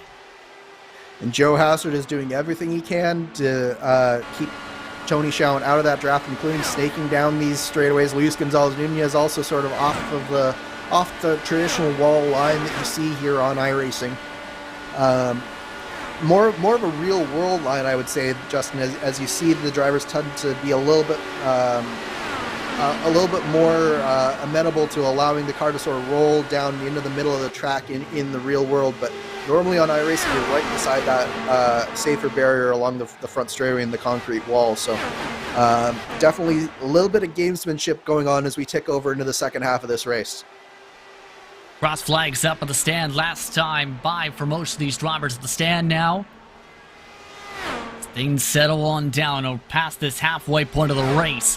The thing is, you have to wonder who's going to try and plan things out differently with how things could play out, especially with some of the battles that can mix up here, with the pace differences. In some cases, the recovery drives, remember, from those who didn't get good runs in qualifying. Absolutely, and one driver that I'm keeping an eye on right now is that 29 car, Shane Coogan. He is just about caught up to the back end of this pack. Brian Beard is about 1.2 seconds up from Shane Coogan. If Coogan can get just a little bit more here, he could put himself into this battle in this leading pack. But behind him, it's a much larger distance back to Hacker, Hawkins, Herrick, Anzaldo, and Branch. And it is worth noting that Anzaldo has gotten back around Branch as well as Vern Hawkins as well. So that's why. Yes. That is tire to tire and bit maybe side pod contact for Branch with Jim Herrick. That is shuffle Branch back to 14th. Herrick is in 12th. Yeah, so another unfortunate side-to-side contact, but somehow these drivers have been able to keep the cars pointed in a straight direction here, and that's been the story of the day. Is we've had a number of near misses here, but the skill of these drivers to keep the cars under control is really showing through as well. And that's the thing. You need to be patient if you want to win at this track and have that composure. You don't have that composure, it's very easy to make mistakes at a track such as this, where it's such a rhythmistic track with the differences per corner, as you talked about at the top. Yeah, absolutely. This is a track where you cannot let your blood pressure get high, because you get your adrenaline pumping and then you push the car too hard and you suddenly find yourself pushing directly into that safer barrier. So the drivers who can sort of keep themselves under control, fight through the adversity, and just keep a nice level head, they're the drivers who are going to be around come lap 190 or 200 of this race. And the question mark will be, especially since a lot of the drivers are trying to run wheel to wheel or line to line compared to what we've seen in some races, that aero wash is a major factor. We talked about how, or if anything, what can you do to try and mitigate that a bit? Make sure you don't cook the tires like we've seen with the 00 a few times. Yeah, the number one thing that you want to do is you want to back the corner up. So when we say back up the corner, what we mean is that you're backing off the throttle before you get into the corner, making sure that you have a nice turn in, that the car's rotating well early on in the corner, and then getting back to the gas early, and using the gas to continue to rotate the car through the corner. If you're not backing off the throttle early enough, then it's just going to continue to understeer all the way out to the wall, and it's not going to let you have the rotation you need, and it's going to kill your exit speed. Oh, Chris Fowler! Caution is out. Fowler up into the wall. And we're under yellow once more from Speedway, Indiana.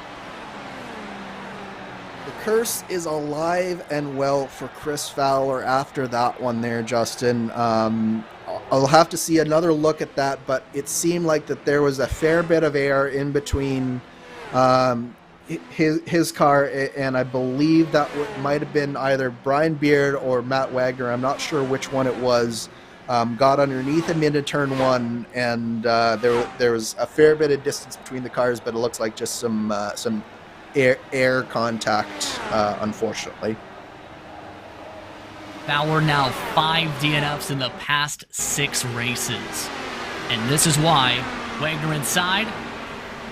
It was less air than it looked like it originally on my screen there on the replay, so that was just, I think, a little ill-advised, and I talked about that with Matt Wagner earlier. You really can't afford, as the lap-down car, as desperate as you are to get forward in this race, you can't afford to make desperate moves, and that was a little bit of a desperate move. You need to be alongside Fowler long before the first corner if you're Matt Wagner there, and he just, I don't think, really had enough of a wing on Fowler there into turn one, and unfortunately that just has ended Fowler's day. Hard lick for Fowler up against the catch fence. Chris Fowler, of course, has had that paint scheme with the word cursed on the side. The curse has struck at the place where curses can come into play. But with 93 to go, pit stops likely, yes. About halfway through this fuel run, looking like just about everybody rolling in except for Wagner once more. Want a big stack up into the pit commitment cone. Nunez with a bit of a checkup, second on back. Yeah, and that can easily happen on pit entry because you basically are at the mercy of the leader, and you're much closer to the car in front of you coming into pit lane. So it's very important that you maximize everything, but at the same time, the stack-ups can very easily happen as drivers get in. But so far, it looks like all the drivers up on their respective jacks, nice and easily here. Tony Schown with a little bit of a faster stop here. He's going to be up to third. Looks like troubles for Hasser from the stack-up, losing several spots in the sequence here. And that might have been a wing change there for Joe Hasser, I think. Oh, and a bit of a stack-up as well coming out of the pit limiter for a couple others. But now, DeMade has stayed out this time. Remember, DeMade is on a different strategy after being a lap down at one point. He's that orange and black car you see on the left-hand corner of your screen. Wood, Nunez, Schown, Taylor, Rigney was the race off the pit lane. Coogan is up to one of his best positions all race, up to 8th after the pit lane. Yeah, this was another timely caution there for Shane Coogan. He was just starting to get into the sniff of the lead draft there behind Brian Beard, and that's going to be another opportunity here for Coogan on this restart to really maximize his position. Then assuming that they stay out, we should see wave arounds for both Matt Wagner and Gary Godso here. Jim Herrick has an issue. We mentioned there was a stack up with potentially getting off the pit limiter. Now he's struggling to get fully here, so we'll see if anything happens there. DeMade is looking like he'll peel in, giving Wood back the lead. How do you slice the strategy cake down, though, here? Because we're just outside of a 30-30-30 to the end. Yeah, this is right in the window here to make it, so you're going to have to be careful if you're one of the leaders. If you're Andrew Wood, Luis Gonzalez-Nunez, Tony Schoen, you need to make sure that no matter what happens, you can make 30 laps on a tank. And that's right on that edge there, especially if you're the leader. So you really need to be careful about the decisions you make, how far out in front you get, and how much drafting you have to do over the course of these next 3 stints. So with the service taken by DeMade, Gibson, Mike and Will. See how things were for the 11. Remember the wing change talked about a bit? That's why. I will say that Luis Gonzalez-Nunez got very lucky that he didn't have to have some more repairs done to his rear beam and rear pods, because that is a changeable part on the DW12. You can get your rear pods and wing all changed, but it is I believe a 20-second hold for that one. So very lucky for Luis Gonzalez-Nunez, not so much for Joe Hassert, who just sort of an innocent victim of the stack up there. So it's Wood, Nunez, Schoen, Taylor, Rigney, the top 5, followed by Beard, Coogan, Hacker, Hawkins, the third, and Zoldo. Now the top 10 for this one. 91 to go. Can anybody find a way around the Woodman? Is the question mark on so many people's minds.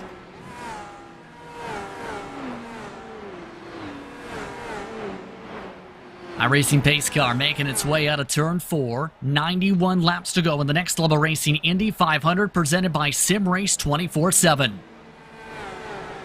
Wood keeping them nice and honest at 73 miles per hour for the peel off of the pace car. Green flag is back out. We're racing once more from Indy.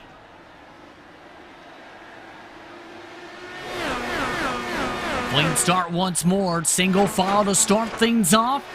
Will there be a swap quickly for Nunez is the major thing with Schoen closely in tow.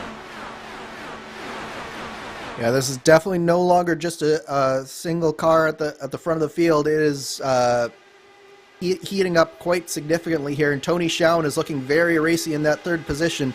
Meanwhile, I think Andrew Wood, he knows just where he is on the fuel strategy. You mentioned Connor Harrington on his box here today, Justin. That's going to be a big advantage for that 64 car, because Harrington knows very well what it means to make fuel mileage here at the Speedway. Meanwhile, behind them, hard battling too wide with Enzono underneath Hawkins the third. Hawkins the third with a squeeze. Enzono hits him with the side pod as he pushes off the track. More side action. Meanwhile, Gary Godso, he pitted on the on the green flag there, and he's coming out sort of in the middle of this battle here. But the action on track, Joe Branch, Trevor Malone, all over the back of Vern Hawkins the third here. Branch looking to try and get a crack at things. Just not able to build up the speed quite yet. Draft toe, locking things together with Malone up front. Nunez swapping out with Wood once again. Under 90 laps to go. Nunez trying to crack the code of figuring out how to hold off Wood here with how the swaps are going.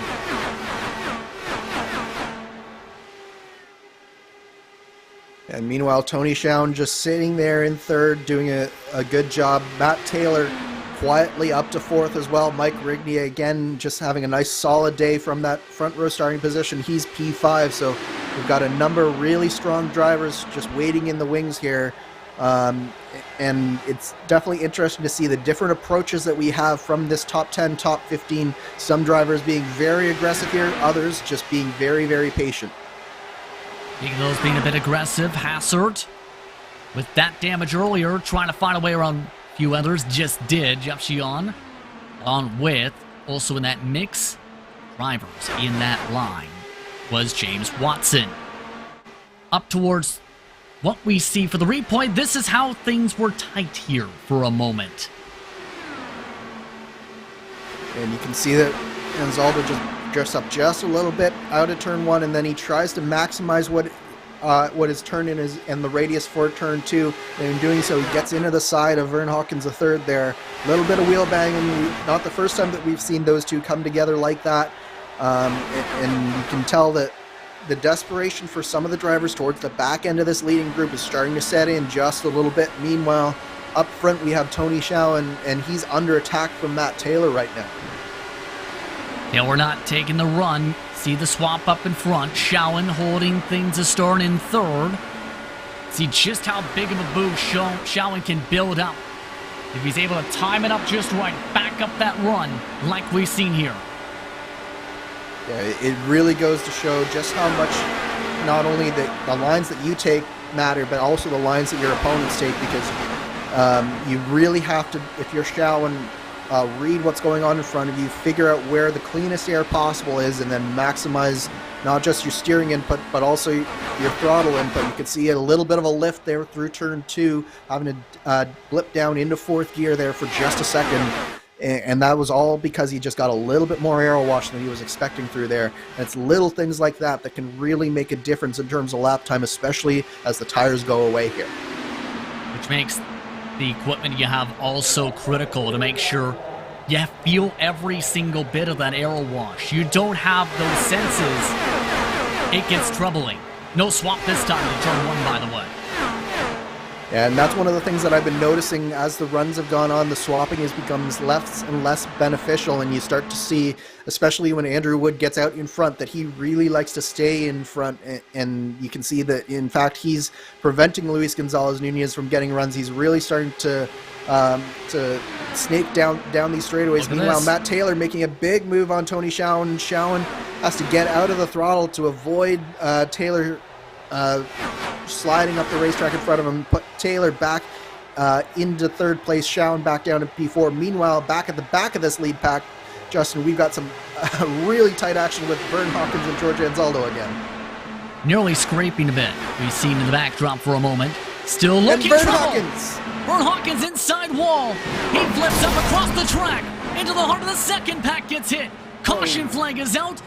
And some hard hits. Will Gibson amongst those in the vicinity for the secondary hit. Yeah, there's absolutely nothing that Will Gibson could do there, but we saw it coming, Justin, didn't we? Anzaldo and Hawkins the third. Hawkins tried to go down the inside, and he just continued to go up the track just a little bit. Anzaldo sort of pinched off his exit just a little bit, and those two came together, basically 2 cars into one, and unfortunately Hawkins by far got the worst of that one. Joe Hasser went underneath Hawkins the third in this too. Here's a look again. And watch at Hassard as he tries to drive under it. And then, wow, not just Hassard, but I believe that was Mike Gibson going under it as well, as Will Gibson got involved into it. Mike Gibson goes underneath the flipping car as well. So lots of calamity. And then all the things that we were talking about, fuel strategy, well, it all gets put back into the blender again. One person this does benefit, Justin, though, Matt Wagner, back on the lead lap, and crucially will be able to pit under this caution and get back on proper tires as well. He had been on 23.5 lap full tires. Now we have to see who else selects to come on in. We've seen how big track position is, though, here today compared to a lot of the action earlier. 21 cars still on the racetrack. For reference, only 1 lap down remaining in Gary Gonzo. And that's the major thing. Will we see anybody elect to roll the dice here? We only ran about 11 laps after the pit stops. Yeah, I suspect that you'll see a bunch of drivers come down. Crucially, the top 3 have stayed out. Schowen is coming down. That's a little bit... Oh, no, he was faking coming down pit lane. He thought better of it. But I think what you'll see is a lot of drivers towards the back end of this field definitely coming down, taking tires. Looks like Branch is definitely one of those drivers, I think, coming down. George Anzaldo, Jeff Xiong, James Watson. So you're looking at basically the top 10 have stayed out. the next 10 have come into the pits, and I like this call from the likes of Branch and Anzaldo. I think that 10 lap old tires will make a significant difference here. That difference going to be something to watch for. 11th on back. Top 10 entirely staying out there, including Hassert, who went underneath the incident. But the timing of the caution a bit big because Nunez is now up at the front for the time being over Andrew Wood. Nunez 6 laps, Wood 73, Rigney 23 for those inside the top 5 still. Yeah, and this is going to be an interesting restart as well, Justin, because all of these drivers on these 10, 15 lap old tires like they are right now, all the tire temperatures are going to go down under this caution, and the tires are going to come back to them for about 3 or 4 laps here. But then once they get back into that heat cycle, it's going to quickly go away from these drivers, quicker than it has at any other point in this race. So I think this is where the mistakes can potentially come in if you're one of the drivers who stayed out. So we're going to have to watch very, very carefully the action here, because I think a lot of drivers, particularly the likes of Trevor Malone, Ron Hacker, and Joe Hasser in the back half of the top 10, they're going to be very anxious to try and maximize this restart here. And keep in mind, we talked about expecting big things for Matt Taylor, your race winner from Nashville, 3-time winner this season in the points leader. He's right in the midst of this hunt here too. What do you think Matt Taylor can do? Because one of the major things, Taylor's been the king of taking advantage of aero wash and doing well in the midst of aero wash to make passes, especially at some of the smaller tracks this year. Yeah, I think that Matt Taylor's been running sort of a quintessential Indy 500 race right now. He's been patient. He's sort of let the race come to him, and knowing that we're probably going to have more cautions, and now that we have, he's right in the battle again. And that patience really, when you think about running an Indy 500, a lot of the drivers, both in sim and in the real world, will tell you that it's only really the last 50 laps that matter, that you really start to having to press that little bit more. And that's sort of encapsulated Matt Taylor's race so far, as he's just been doing everything possible to make sure he's in that top 5 area come these last 50 laps, and we still have 70 to go here. So I don't think it's go time for Matt Taylor yet, but I think that very quickly, once we pass that sort of lap 150 area, we're going to see what Matt Taylor is made of as this race comes to a close. To reset your top 10, Nunez, Wood, Taylor, Shawan, Rigney, Beard, Coogan, Hacker, Malone, and Hassert.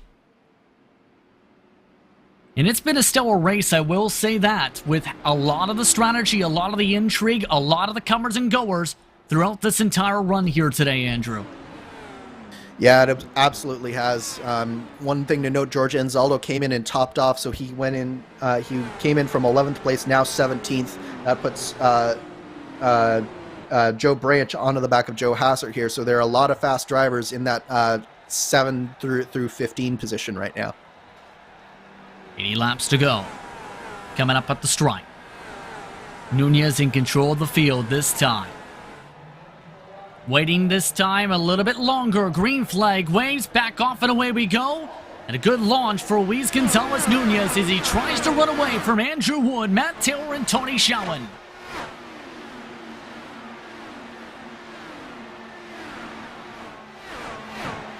Side by side to the heart of the pack, involving DeMade and company for 14th. Samuel Ryman quietly has been running well this race in 14th, looking to hold off the Hornet's Nest. As we go 3 wide down the backstretch, that's Matt Wagner in the middle, George Anzaldo on the low side, and Dakota DeMade on the high side, all behind Sam Ryman there. It's very difficult to get around 3 wide here. George Anzaldo hits the apron there, gets very loose through turn 3. Matt Wagner amongst those with deep breath moments. Up at the front, though, it's Wood and Nunez getting to it. Taylor took a peek in turn 3 before. Taylor will he take a peek in turn 1. Tried it, hit the curbing instead. Yeah, that was a little bit optimistic from Taylor, and he's going to pay for it just a little bit here. He's under attack from Tony Shawan now, but the big thing here, I think, is that is Taylor sort of exploring what the limits are for later on in the race, because I don't think that the move was ever really on for Taylor there, but when it comes down to 5-10 to go, you might have to make a move like that and be very brave into turn one. So just seeing how the car reacts now, it's an important thing to do for Taylor. And interestingly enough, Wood is electing to not go for the swamp draft here, Andrew. This time a major lift it looked like coming across the stripe. Compare that to some of the others where it's heavy battling if you're amongst those such as Shion and several others. Near contact to the wall this time, Malone in ninth spot. Yeah, Wood is a veteran here, and he knows that it's not yet go time for the end of this race. Luis Gonzalez Nunez, he's snaking. He's showing that he doesn't really want to let Wood get by him. So based on that, I think Wood's just sort of accepting that and saying, okay, then I'll just let you lead. I'll let you burn the fuel, because even having a couple laps fuel advantage at the end of the stint, it could be very important for Andrew Wood in terms of what he can do to shorten up that final pit stop. Meanwhile, Joe Branch, now around Joe Hassert, moved Branch up into the top 10. He's been battling his way through here, and he finally reaches that top 10. The question is, can he go any further? Snake trying to lead its way around, and Branch looking to run off and away. Hassert -5 from the starting position. Keep in mind, after the wing change, he is in a bit of trouble here, you have to think, because the cars who are starting to pass him are those who pit under the last caution. Yeah, absolutely. You can see just how much grip that Joe Branch has, and he's drafting up quickly on Trevor Malone here, and he should be able to get by him. One of the hardest things about trying to pass at Indianapolis is the fast way around and the shortest way around is on that low line that you see Joe Branch working now, but it's also where the car in front of you tends to run. So as the run goes on and you have less grip on those tires, you aren't able to complete the moves. But when you have fresh tires like Joe Branch does, and like the people running behind him do, you really can make that low line work and make these moves happen. So this is going to be a big advantage if Branch can keep up this momentum and keep making moves like that. 75 laps to go at the stripe. No swaps amongst your front runners still. Taylor racing a race-high third. And dropping around to fifth. Brian Beard has been in this march here too throughout this entire front grouping. Been an incredible race with how things have played out strategy-wise. The question mark will be in a little bit of time here, Andrew. Who will get to kiss the bricks, get to drink that sweet milk, and get the chance to run forward? Curious of your mid-race predictions here. Yeah, it's still very difficult to predict anyone's game at this point, but I really like what Andrew Wood is doing. I like what Matt Taylor is doing, and I like what Tony Schowen's doing. But my dark horse pick right now, Justin, is Joe Branch. Those fresh tires, I think, after several pit cycles of having those fresh tires, is really going to come into play for that 28 car. Luis Gonzalez Nunez, your current race leader from Indianapolis Motor Speedway on iRacing. More coverage of the Next Level Racing Indy 500 presented by SimRace247 coming up after these messages here on RaceSpot and ESTV from the virtual Speedway, Indiana.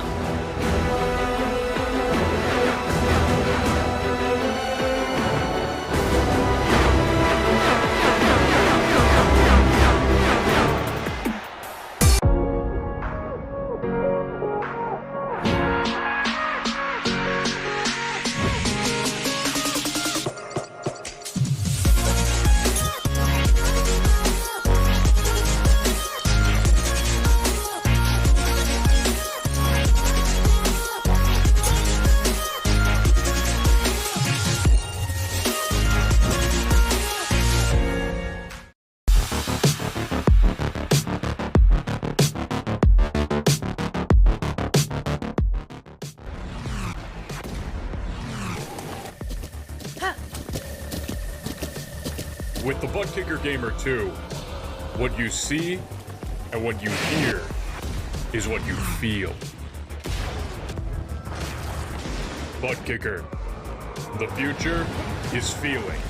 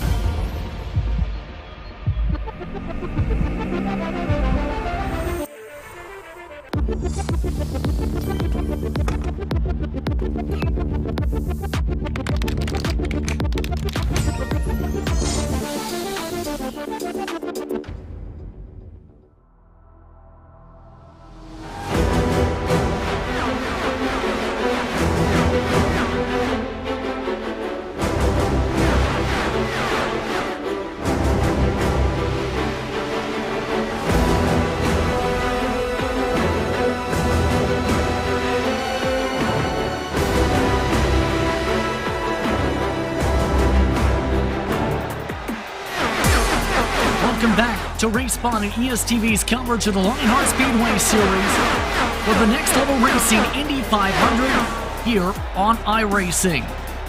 New race leader just moments now. Matt Taylor has sent it past Luis Gonzalez Nunez from third to take away the point coming up to the pit window.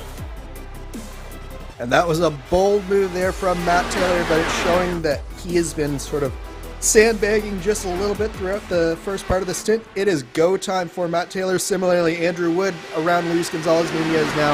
I think that both of them are sensing that now is go time, and they are ready to start taking this. It'll be interesting to see after that shot fired from Matt Taylor, who else starts to go and really starts to press the issue here. Nunez has been shuffled back to third from all that. Taylor right now with an advantage of about 5 car lengths. Last time by, Matt Taylor about 0.8 of a second quicker than the 14. So everybody now looking to go on full charge ahead, approaching those pit stops.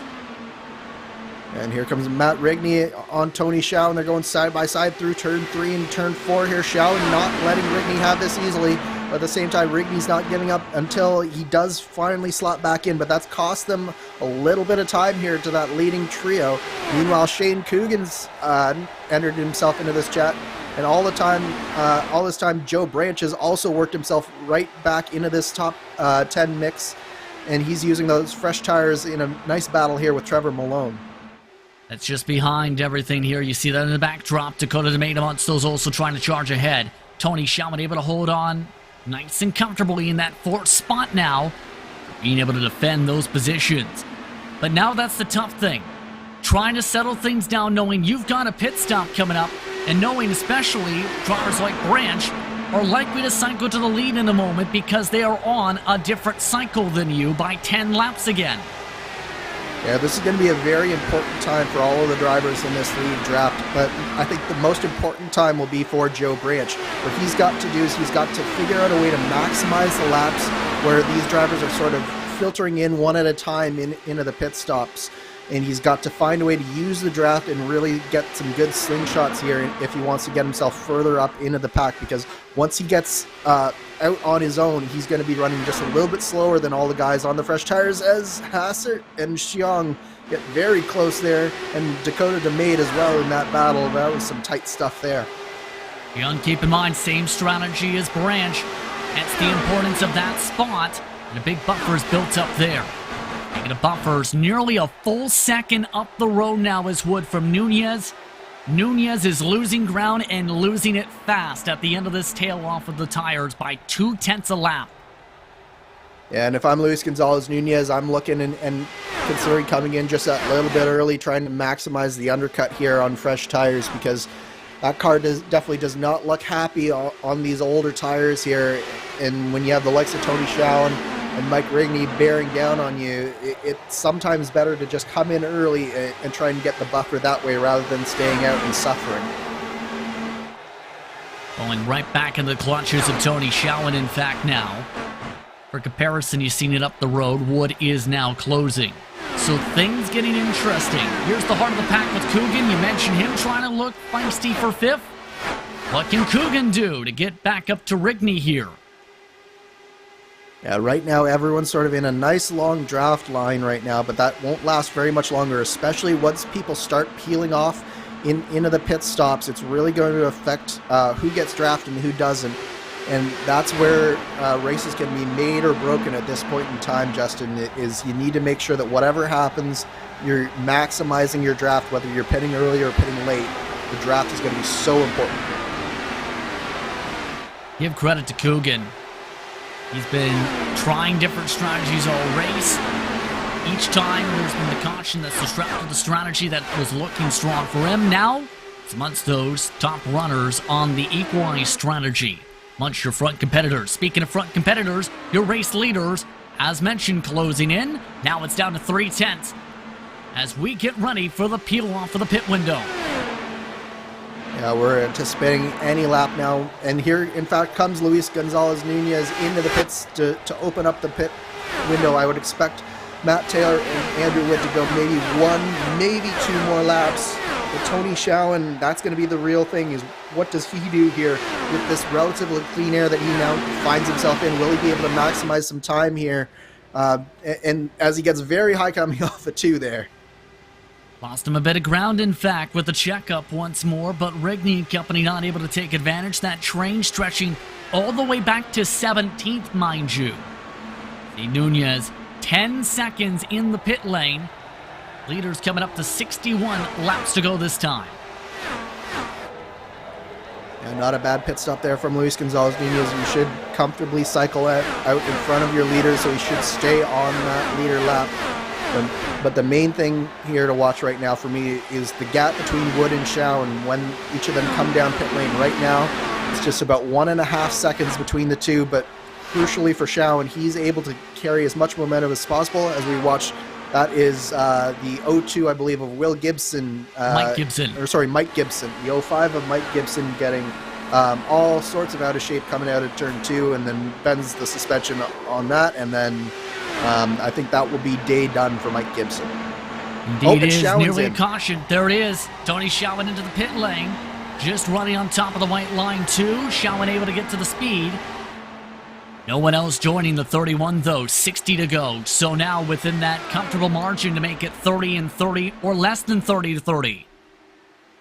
And the interesting thing for Schowen will be, does he come out right around Luis Gonzalez Nunez again? And if he does that mean that they'll be able to swap draft? Because right now, Wood and Taylor are gapping the rest of the field, and so there's going to have to be something that happens here for the competitors to get back to this leading duo, as both of them are coming down pit lane this time by. Hard charge for Wood to gain up on Taylor, able to get to the speed limit, both of them this time. They also bring in with the charge into the pit lane the rest of the drivers behind them, including Hacker, Malone, and Hassert.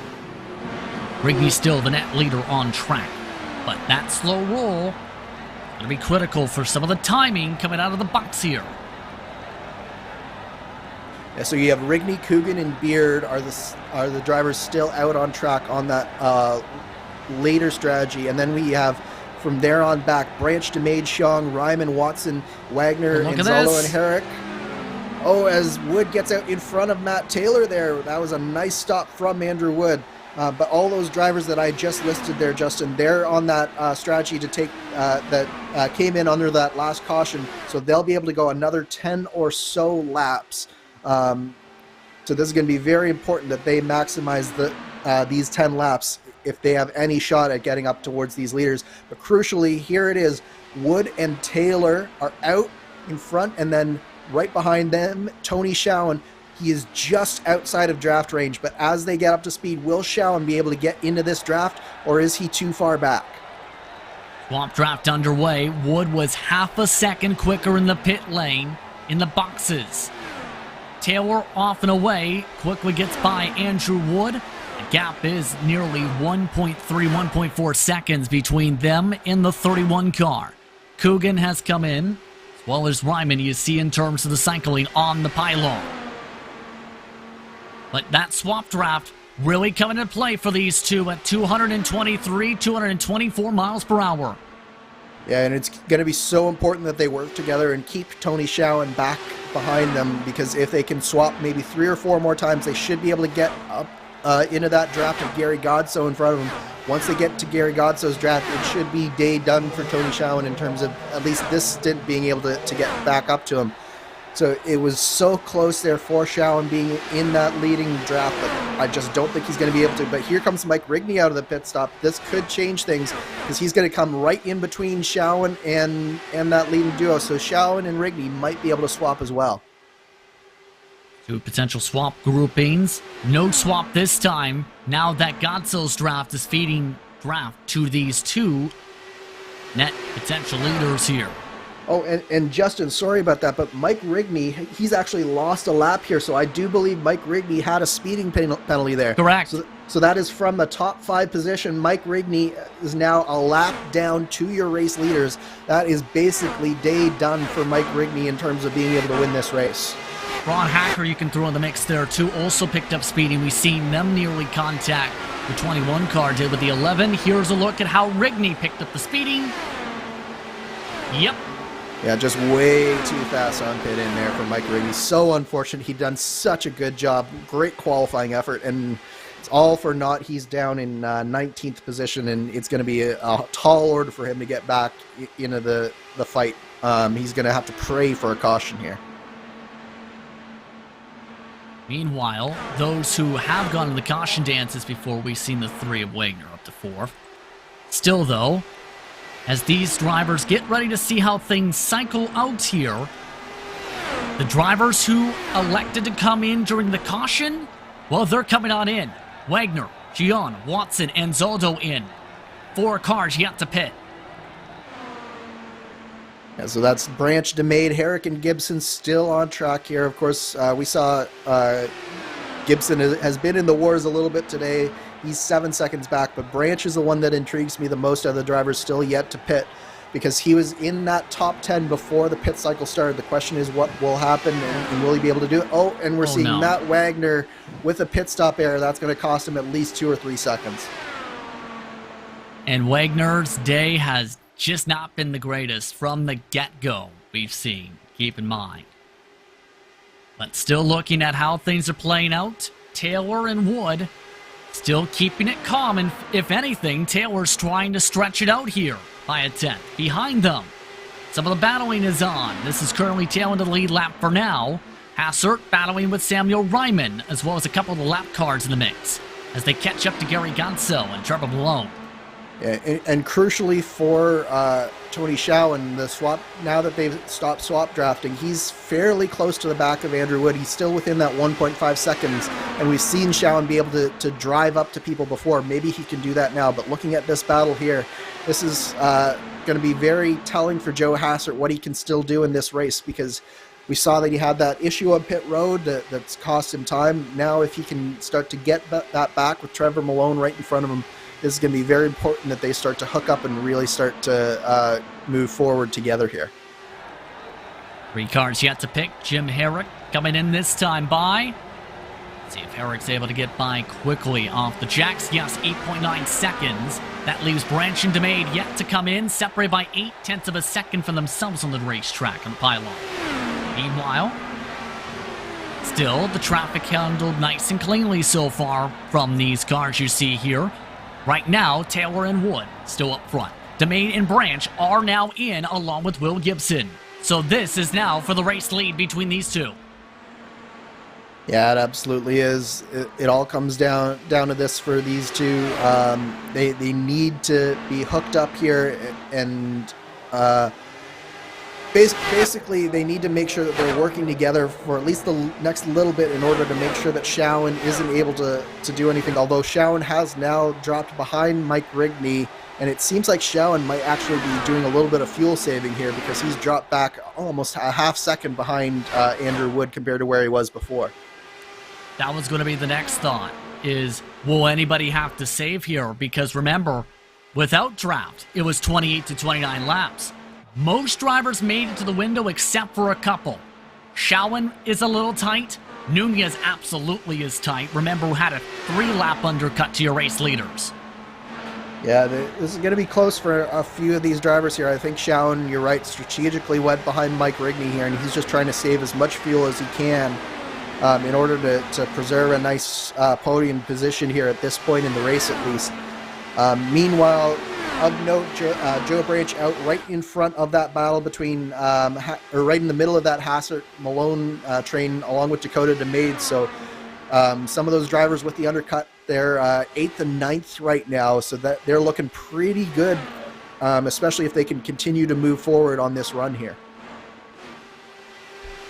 Something we'll have to keep an eye on as the run continues. For reference on the pylon, 7 seconds back. The race leaders, Tony Schowen, 2.7 back, running 41-second lap times. Matt Taylor, 40.9 last time by.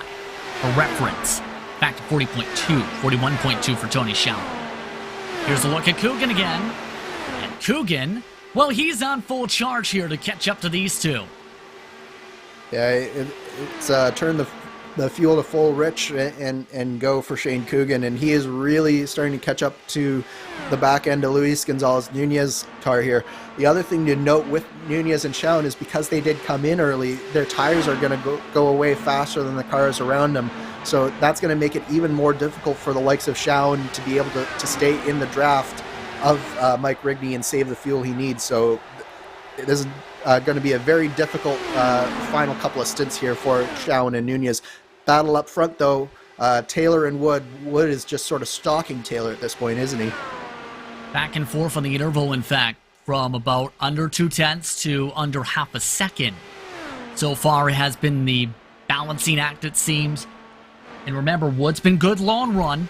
Taylor's been someone who's been quietly stalking his prey throughout this entire race. Yeah, absolutely. And these two have really had a mature drive today, Justin. They've at times Wood has shown a lot of speed up front, and then Matt Taylor, you could just tell with about 65, 70 to go, he just turned up the wick and finally had an answer for Andrew Wood. So just some really nice drives from both of these drivers. And the question is, will it just be decided between these two, or will we see another caution throw everything into chaos once more? I feel like they're trying to bring a jinx in, and this is not the place you do that. It worked once. That's all I'm saying. To the millisecond, I believe it was. But still, there's a long way to go, and you never know when it comes to this racetrack. And keep in mind, they're about halfway to the fuel run. Nunez, meanwhile, has Coogan and Brian Beard within drafting range behind him. Coogan looking for a chance. Nunez with a big lift on the fuel save. Here comes Coogan, looking to pass them both to get up to third. Yeah, and Shaun also with the big lift. That it is definitely very much in doubt whether either of these drivers can make it. I think Shaun has the better chance, as you mentioned, between the two, and particularly if he can spend a few laps here behind Shane Coogan. But it's definitely damage control for Tony Shaun at this point. When he just came in just that little bit too early. Nunez sliding on back. Brian Beard, the next driver behind, also charging ahead are the drivers on the fresher tires. DeMade and Branch are coming in too to this battle. This could spell trouble for a driver trying to really lift it out. Here's DeMade. He is the first of those on the newer tires. Yeah, DeMade is showing a lot of speed right now. He's definitely turned up the wick, and Joe Branch not far behind him. They've both gotten around Trevor Malone, so that's 7th and 8th for DeMade and Branch. And they're well within the drafting range of Brian Beard in front of him. So this is where it really pays to have those fresh tires, because you can start to do almost a leapfrog effect and really start to gain tons and tons of time through these next two stints on the fresher tires. So I think DeMade, now that he's gotten around Branch and he's the first driver on this alternate strategy, if there's one driver who I think could drive up and take it to Wood and Taylor potentially, it could just be Dakota DeMade in that number 82 car. Well, some strong strategies in the past in this series. Can this be a magical drive? 6.8 seconds behind the race leader for reference. DeMade struggling to find a way around Beard and Nunez, though, which will be an important factor, especially with Joe Branch second on their strategy. Right on behind as well. DeMade losing ground, in fact, for the aero wash, starting to struggle. Yeah, I think the big thing for DeMade is getting around Luis Gonzalez Nunez and Brian Beard here. And it looks like Beard is going to slip around Luis Gonzalez Nunez. So if DeMade is able to stay in Beard's draft here, he should be set up really well. But it has brought Joe Branch back onto the back of Dakota DeMade as well. Meanwhile, another driver to look at in this top 10 that we haven't talked about much today, Sam Ryman just quietly has inched his way forward, now running 9th. Right behind this battle, close squeeze. Nunez holds on. DeMade avoids contact. Joe Branch tries the high side, going for the cross. Can't get the run quite yet. Yeah, that was nearly a brave move there from Joe Branch, but he thought better of it. Now these drivers should get around Luis Gonzalez Nunez through turn 3 here. And Dakota DeMade does, but Luis Gonzalez-Nunez with the tight turn in. Doesn't allow Branch through this time by, but should be able to get around him on the front stretch. But here comes Sam Ryman, that black and yellow number 59 car. He's really started to turn up the wick here, putting in some really solid lap times, some 41.1, same as the leader. And just in the backdrop there for the moment. But Branch trying to find a way around to get to 7th. Nunez continuing hard, saving, and continuing to struggle with the tire wear. Already approaching within the next 10 laps or so from the pit stops to close things on out for this race. No pass yet from Branch. That allows Ryman to help close.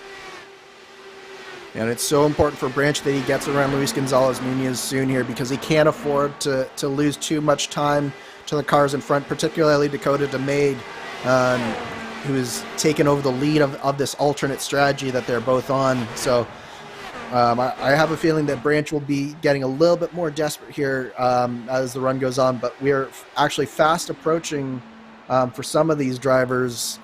Within the next 10 laps, we'll see whether these drivers can make it on fuel or not. And the first driver I think we're going to have to worry about is Luis Gonzalez-Nunez. Especially if that 14 can make it to the end after the undercut strategy from the playbooks showcased earlier.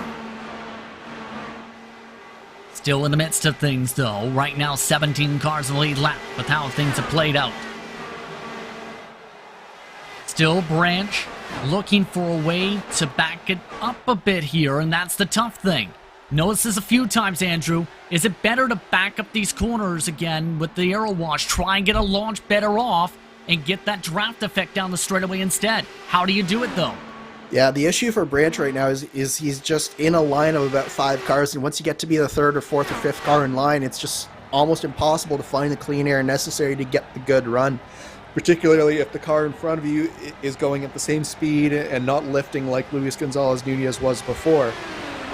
It's much easier if you're Andrew Wood, who we're seeing on screen right now. It's much easier for him to stay right up close with Matt Taylor and potentially get that leapfrog or the right run. But the way you do it is still the same. It's still backing up that corner, making sure that your car gets through the center better than your opponent, and then getting back to the throttle as early as possible. Still 4/10 between them. A bit of close racing. Tony Schowen getting shuffled back by DeMade. That's the battle for 5th. Here passed them by previously. So the fresher tires are now looking to find a way around to 4th place possibly. And here's the interesting thing is we know that Schowen and Branch are teammates, so will Schowen maybe run some favorable lines to Branch to help him out with Luis Gonzalez-Nunez here? Doesn't look like it has happened so far, but that could be a factor here to try and get Branch around both of these drivers here. It's a bit of a buffer, but there is a run for Branch. Nunez trying to avoid the boxing effect. Runs up to the 3rd line. Branch backs it down to the edge of the 1st line.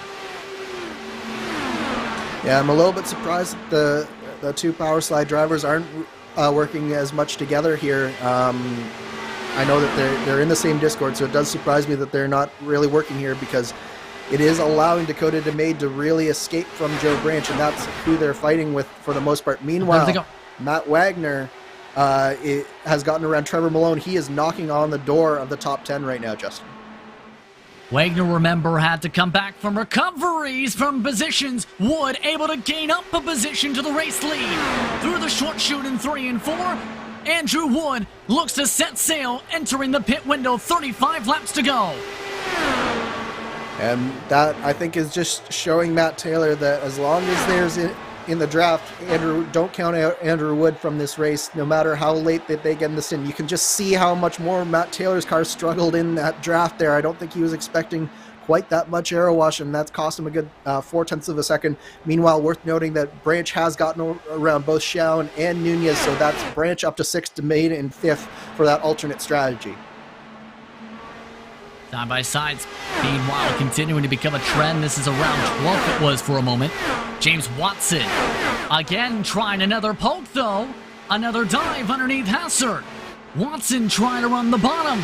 The dirt specialist clears with a close battle with Hassard. And That was a really tricky move there from James Watson. He really had to make sure that he got clear of Joe Hassert, and he did. But Joe Hassert fighting back here, we know that Hassert won't go quietly, and he makes the move back into turn 1. Quick slipstream on back indeed. This is the next grouping behind Wagner for reference. Pit marks approaching.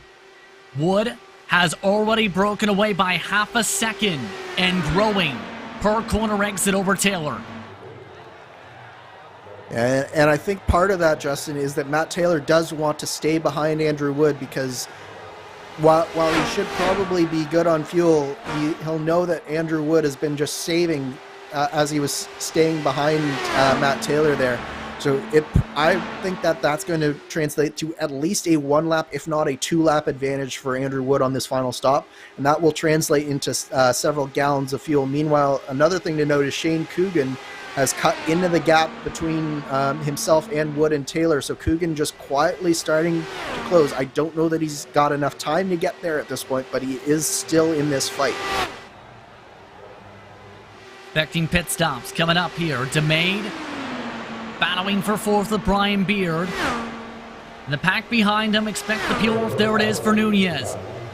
Nunez, 32 laps to go. Can Nunez make it is a huge question, compared to those who can absolutely make it, like DeMade, like Branch at this point. Yeah, it's going to be really tight for Luis Gonzalez Nunez. I believe that was a 30-lap stint for the 14 car, so he's got 32 to go. He's going to have to find a way to go 2 laps further than what he did that lap. I'm not sure that it's worth it for Luis Gonzalez Nunez at this point. The good thing is that Shawn still on track right now. He might just have enough fuel to make it. That's the next pack behind these cars you're keeping an eye on. 8 seconds back of the leaders. They are not gaining enough ground here compared to what we've seen before, though. The equalizing point seems to have broken in, with Brian Beard being the train's conductor at this point.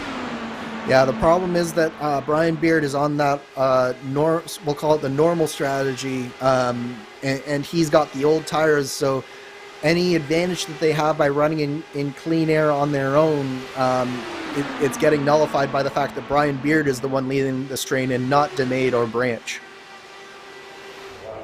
Again, this is the battle for 4th. Oh, and Taylor's in. Taylor is in, 30 to go this time.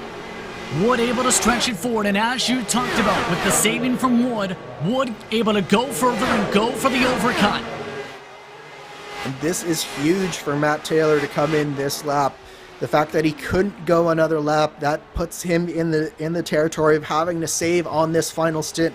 Meanwhile, Andrew Wood, by going that 1 lap longer, it's just going to allow him to go full rich here. This could be the move that wins Andrew Wood the race. By staying behind Taylor and by going that 1 extra lap, he'll just be able to keep the car at full rich that much longer. The pit lane goes Andrew Wood, bringing Shane Coogan with them. Slow roll for Wood now underway. Taylor has already made his way out of the pit lane, coming out of turn 2, in fact, down the back straightaway. How will this play out for the race lead? Remember, Wood able to get a lighter car now with the fuel into the box.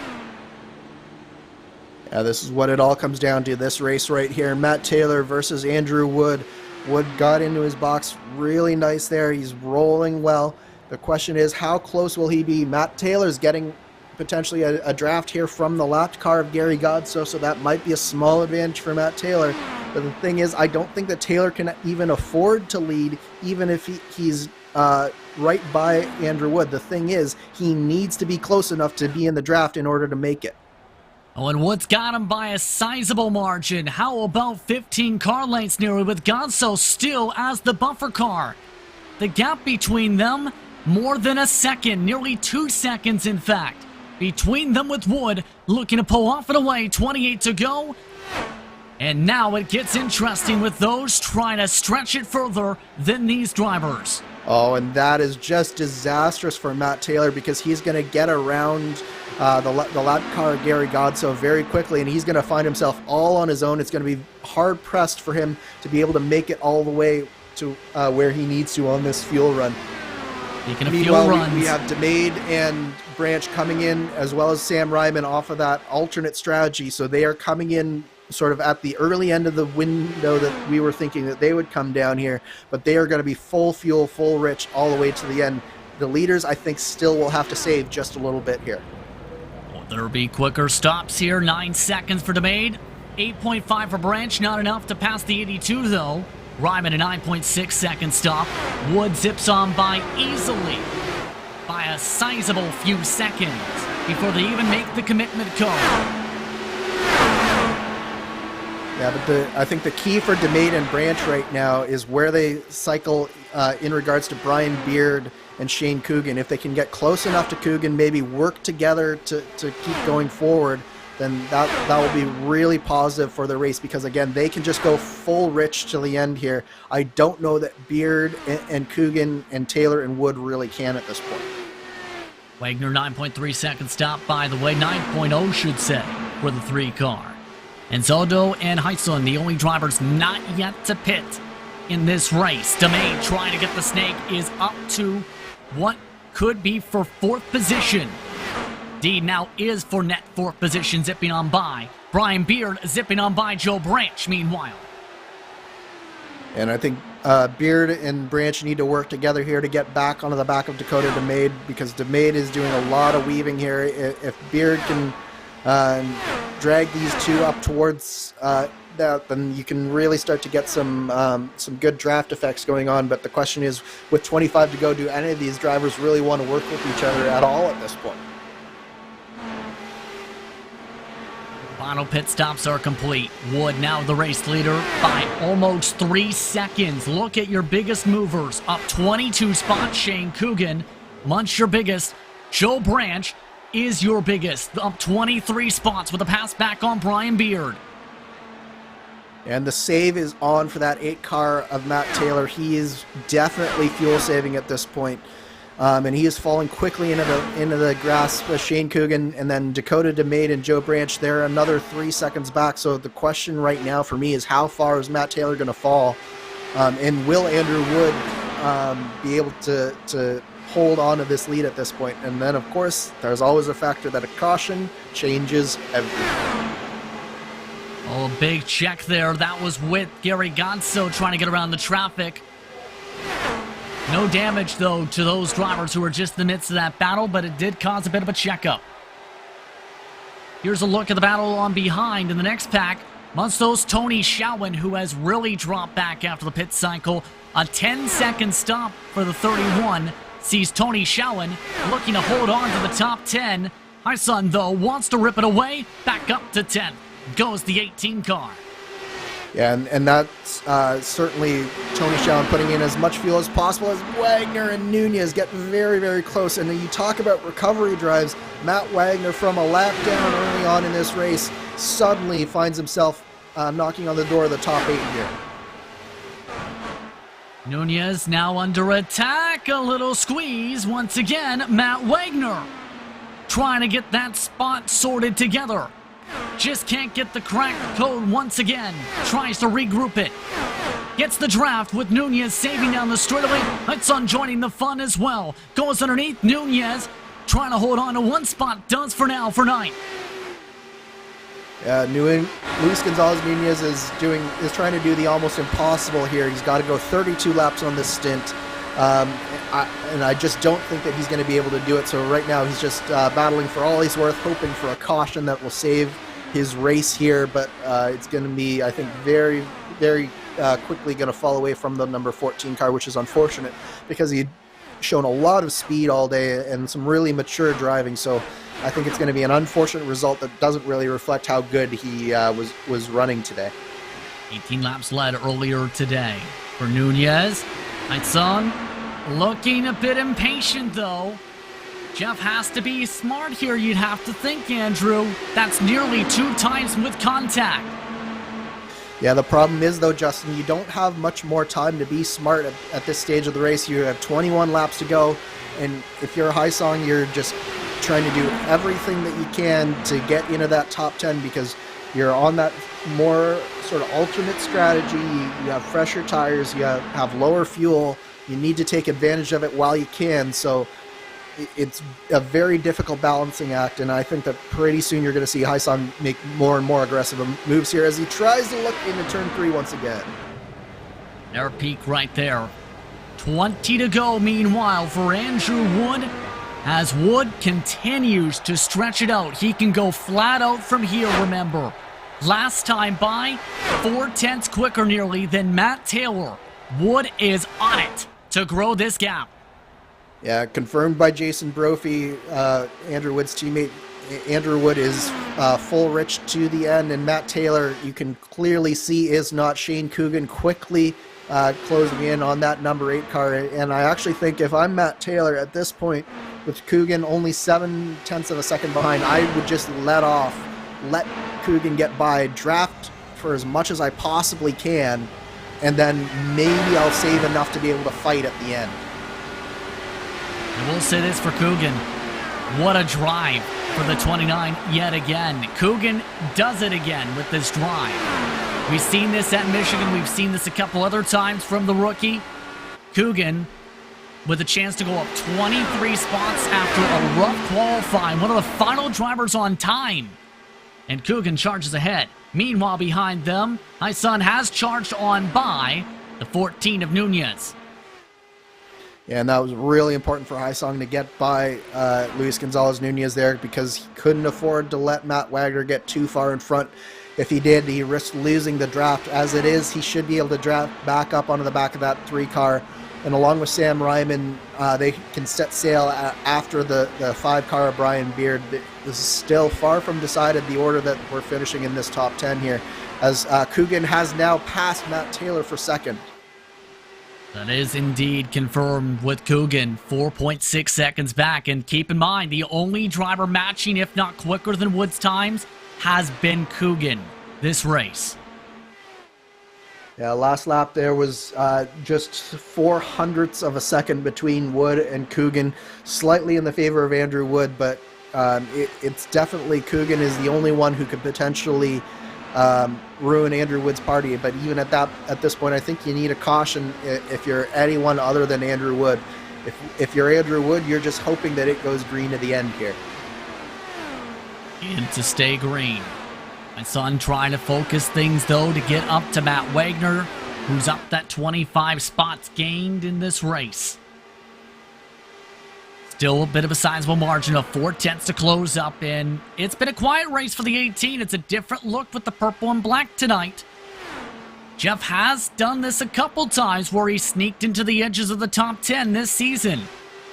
Yeah, different look, different mentality from Jeff Haisong tonight. He's really done a good job mastering this sort of long strategy game that's required at the Indy 500, where other people have made some strategy mistakes here and there. He picked the right strategy, and it's showing in his results here, at least so far. With 15 or 16 laps to go, he is running 9th, and it's been a really good day for the 18 car. Have to think it might be a big day for team points too when you think about things. If you look at the back wing, the banner says Dark Horse. Dark Horse has had some stellar recoveries to get themselves potentially to keep up with race first in the midst of that team fight. Yeah, absolutely they have, and as well as with Power Slide, Branch is in 5th, but Shallon's in 11th, and Goodman out in 26th. So that's going to be a big day for Dark Horse to catch the leading duo of Race First and Power Slide. Indeed. Taking a look, in fact, at Shawan. Still trying to sort things together in 11th position. And it's the question mark of what happened to Tony this run. He has now just about lost the draft to Nunez, in fact. He's running slower times than the 14 car. Yeah, well, I think Luis Gonzalez Nunez has all but given up on that fuel save strategy, whereas Tony Shawan, he's still right on the cusp of making it. You saw he came down basically on the same lap as Matt Taylor did, so that tells me that both of them are just very, very close to making it. You've seen how far Taylor has dropped off this run as well. Shawan, if the problem for Shawan is that the more he gets out of the draft, the more fuel he's going to use, so it's almost better for him to be close to the car in front of him rather than further away. He is catching up, keep in mind, now this lap to Nunez, so that is something to factor in a little bit here. We're now coming up to 13, make it 12 laps to go in the upcoming time around for your race leaders.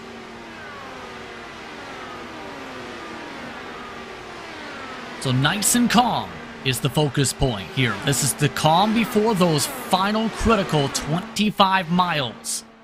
What is going through your mind as a driver if you're, say, Andrew Wood, who is now leading by almost 5 seconds, coming up now to 12 to go?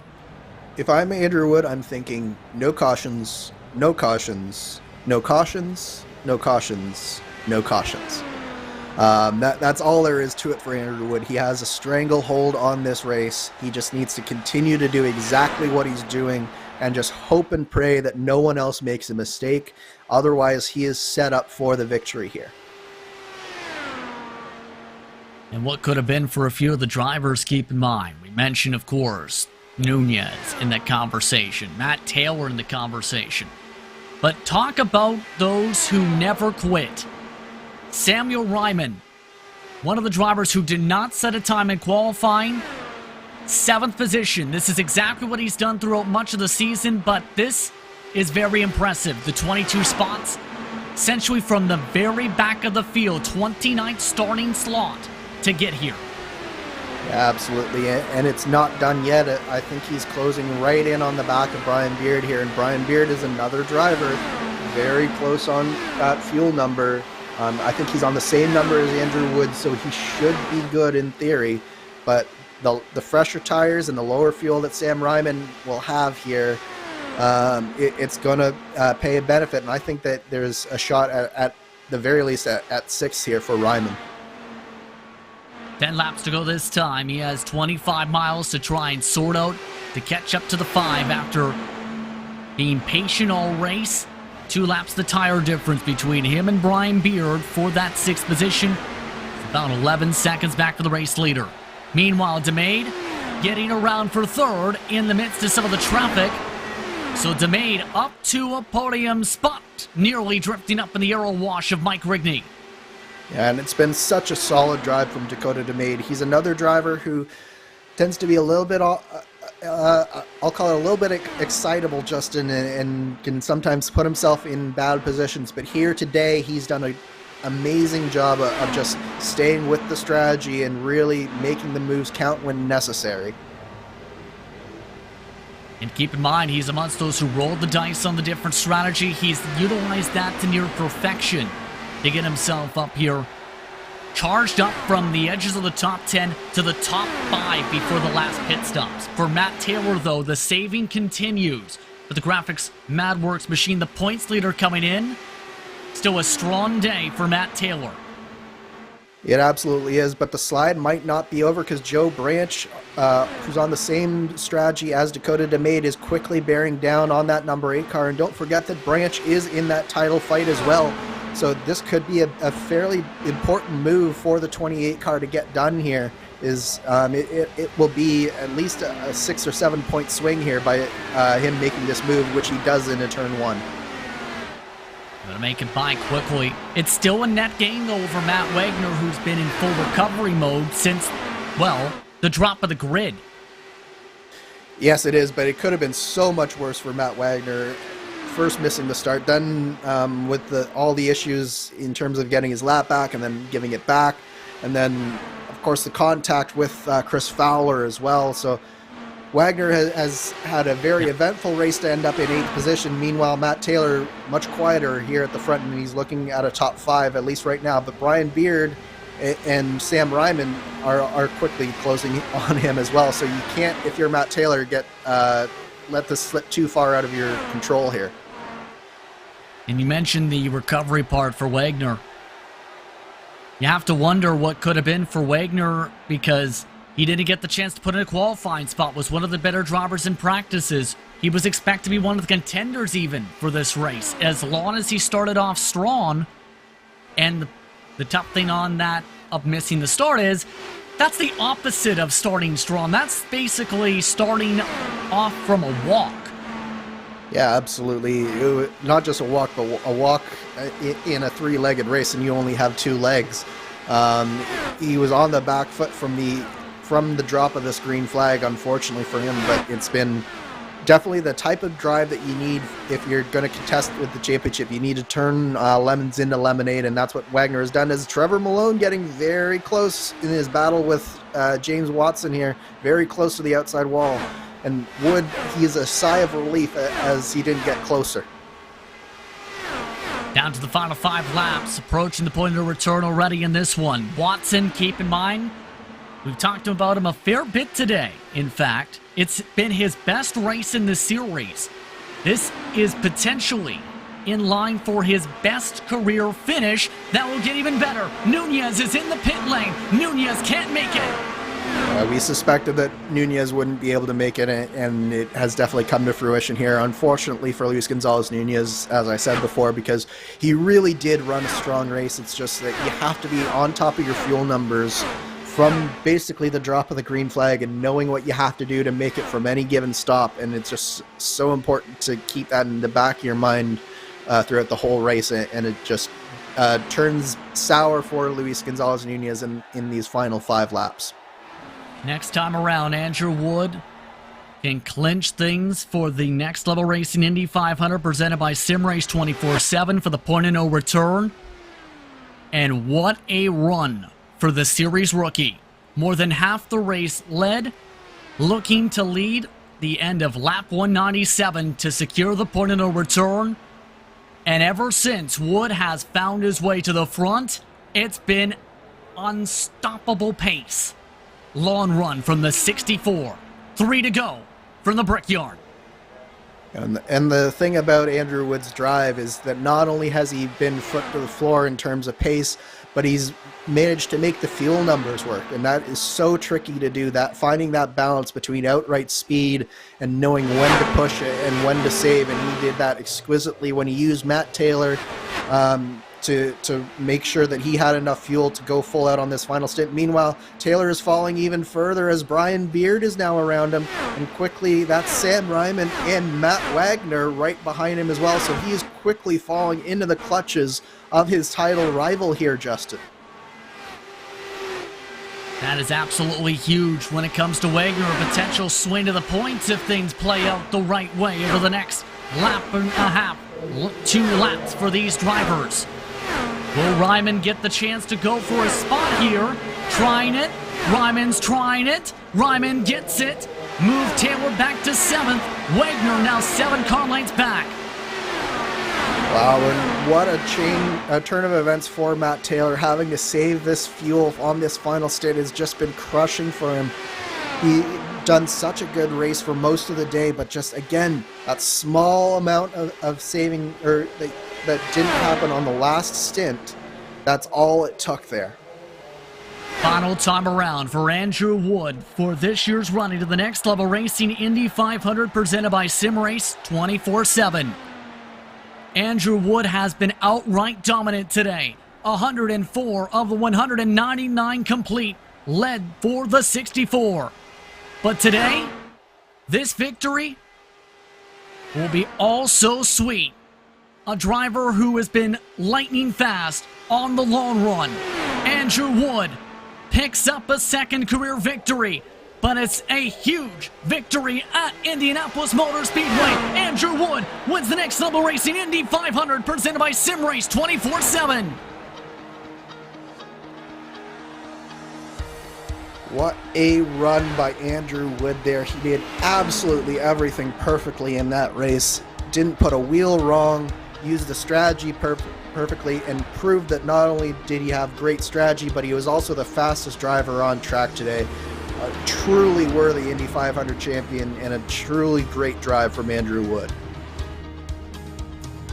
And all the work put in by that team, all the work put in by his crew members. Connor Harrington the first half, Bill Kraus the second half. A huge victory for the 64 camp here today. And a big thing for the points, look at 7th and 8th. Wagner passed Taylor on the final lap. And that just crushing for Matt Taylor there after he had such a strong drive throughout most of the day. There's speculation that he may have had damage because he just fell so far over that last final stint, and that could be the case, but we won't know here today. But all we know is that Andrew Wood put together the perfect race here, Justin, and is a fitting 500 champion. I think Andrew Wood may have ran out of gas. He is coasting into the pit lane instead of doing the burnouts. He immediately wants to drink them out. He wants to go straight to Gasoline Alley. Let's go straight to your unofficial race results in what was a barn burner and what was a dominating day for Andrew Wood. The Synergy Motorsports Black Machine wins by 7.9 seconds over Team Race for Sunset's Shane Coogan. Dakota DeMade comes through the pack from 20th to 3rd to round out the top 3, while Joe Branch goes 28th to 4th for a top 5 with Brian Beard. Samuel Ryman never quit all race long. He finishes 6th, with Matt Wagner edging Matt Taylor in the final moments for 7th. Hyson and Shawan, your top 10. 11th spot went to James Watson with Trevor Malone in the 12th position. George Anzotto and Jim Herrick, the top 14. Will Gibson, the last driver of the lead lap, while those who were lapped down include Nunez, Rigney, and Hacker. Joe Hassert did not make it to the checker flag, had to pit with 2 laps to go. 2 laps down is where the 11 finishes. Gary Gonso also never quit, finished 20th. Mike Gibson, Vern Hawkins the 3rd, Chris Fowler 21st through 23rd amongst the DNFs, with Isaiah Dupree in 24th. Hugo Gallez in 25th. Michael Goodman led laps early, instead finished in 26th to end it. Brandon Carter, Scott Rankin, Paul Jenkins, Craig Forsyth, the top 30. 31st spot today goes to Gonzalo Munoz with Christian Jasper, the final driver. Today's starting grid, 32 entrants. Fastest lap, Shane Coogan on lap 10. That's a look top to bottom for today's running order, brought to you by SimRace247, as that brings us into our post-race coverage, brought to you by HyperX. Powered by HyperX is the Lionheart Racing Series, makers of premier gaming gear like the luxury ultra-comfortable Cloud line of gaming headsets. Whatever you play, however you play, HyperX knows we're all gamers. For more information on HyperX products, visit hyperx.com. Let's head straight to HyperX Victory Lane, where it is the Woodman, Andrew Wood, who dominates at the Brickyard. He gets to kiss the bricks with a dominating run by almost 8 seconds. Andrew, how does it feel to be a winner here at Indy? Man, I can't even begin to put into words right now how it feels. Really, like, I can't ever finish these races, and I never had a thought at all going into this that I had a chance to win an Indy 500. My best finish in any Indy 500 before this has been 11th. So my first top 10 Indy 500 is a win, and that's crazy. It's been a really, really rough season. I've had a lot of bad luck, a lot of drama early on in the season, and I really just needed to put a good race together. So I came into this really just wanting to kind of cruise and play around with every single strategy possible, and I guess I picked the right one. You had lightning quick pace as well, though, on the long run. What was that like, knowing how quick you were and how well you hit the fuel marks with your teammates and your crew members, should say, up in the box? Yeah, during the practice race last night, I kind of picked up on a couple of things that people were doing that I don't necessarily do, and I wasn't really sure if they were actually beneficial to me or not until I got into the race today, and a couple of those things I'm like, all right. I did a lot of practice racing, kind of around people, trying to judge what the draft was like, when I can make moves, when it was clean, all things that I've done wrong in the past in previous Indy 500s that have just put me on the back foot. So yeah, when I realized that my pace was just substantial over Luis, and that after that second caution, I knew that I had the opportunity to run up front if I just drove a little bit better than the guys that I was chasing. Well, it's Andrew Wood, your race winner here at Indianapolis Motor Speedway.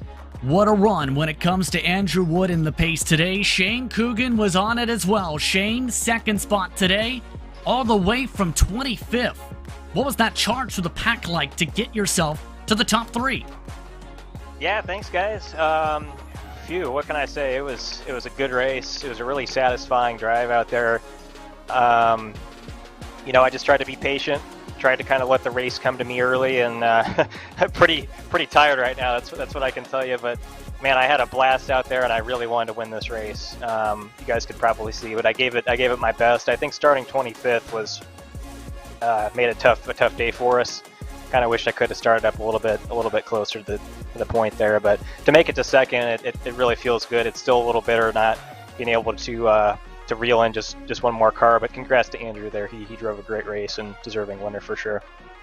At one point, you did close in a fair bit of time. Talk us through the different strategies, though, you had to utilize throughout the race, because it seemed you were the first of the different strategy takers each caution period that seen a split in strategy. Yeah, you had to try to get creative. It's a long race, 500 miles. So my goal was starting far back, was to try to get in the top 10 by the halfway point. So, starting out in the race, a lot of traffic, a lot going on, but just trying to manage the track, manage the temperature, and just kind of wait for some mistakes, and managed to make some good moves early in the race, and played the strategy game a little bit. Tried an overcut one time, tried an undercut the other. So ended up, getting in that top 10 by the halfway point. And from there, it was just exponentially easier with the aero wash to try to, keep that track position. But at the same time, the track was getting hotter. And once you get in like that top 8, top 7, it gets so competitive that it might take an entire stint to make a move around somebody. So extremely challenging. And I think in the last half of the race, the last 60 laps, things started to change up quite a bit, but tried to have good clean stops, and once we were in kind of that top 5, top 4 towards the end of the race, I knew we had a shot. Well, congratulations once again on the second place run, Shane. Third spot today ends up going the direction of Dakota DeMade, and you had to charge the pack as well on fresher tires at the end. Talk us through your run today. This is absolutely insane. I feel so lucky right now. I didn't pick up fuel on the first stint, on the first pit stop, and I was 15 seconds away from going 2 laps down, and to come away with the podium, I feel so lucky I was able to just hang in there and get away with it. Yeah, it was a hectic race just to charge through the whole field. I gotta give a special shout out to Craig Forsyth. He was involved in an early wreck, but he stuck around and acted as our crew chief spotter and really helped us out and get to the end on that strategy. So, big shout out to Craig. And 4D Racewear, Jim was able to send me some gloves, and they felt super comfortable, and I was able to just hang on for 2.5, 3 hours and get to that podium. And of course, shout out to the Team Raceverse crew. And you guys can also check out Echo Blade on Steam. That is a game that is solely developed by me. So sorry, I had to get all those sponsors out of the way because I missed it during my first podium interview, and my Raceverse crew just absolutely roasted me. So congratulations on the run, Dakota. Yeah. That's Dakota DeMade, rounding out the top 3. I'd like to thank him, Shane Coogan, Andrew Wood for taking the time to speak with us. And Andrew, what an addition to this one. Kinsella should reference there. What a run by Andrew Wood. What a race here at iRacing's virtual Indianapolis Motor Speedway. Yeah, congratulations to Andrew Wood.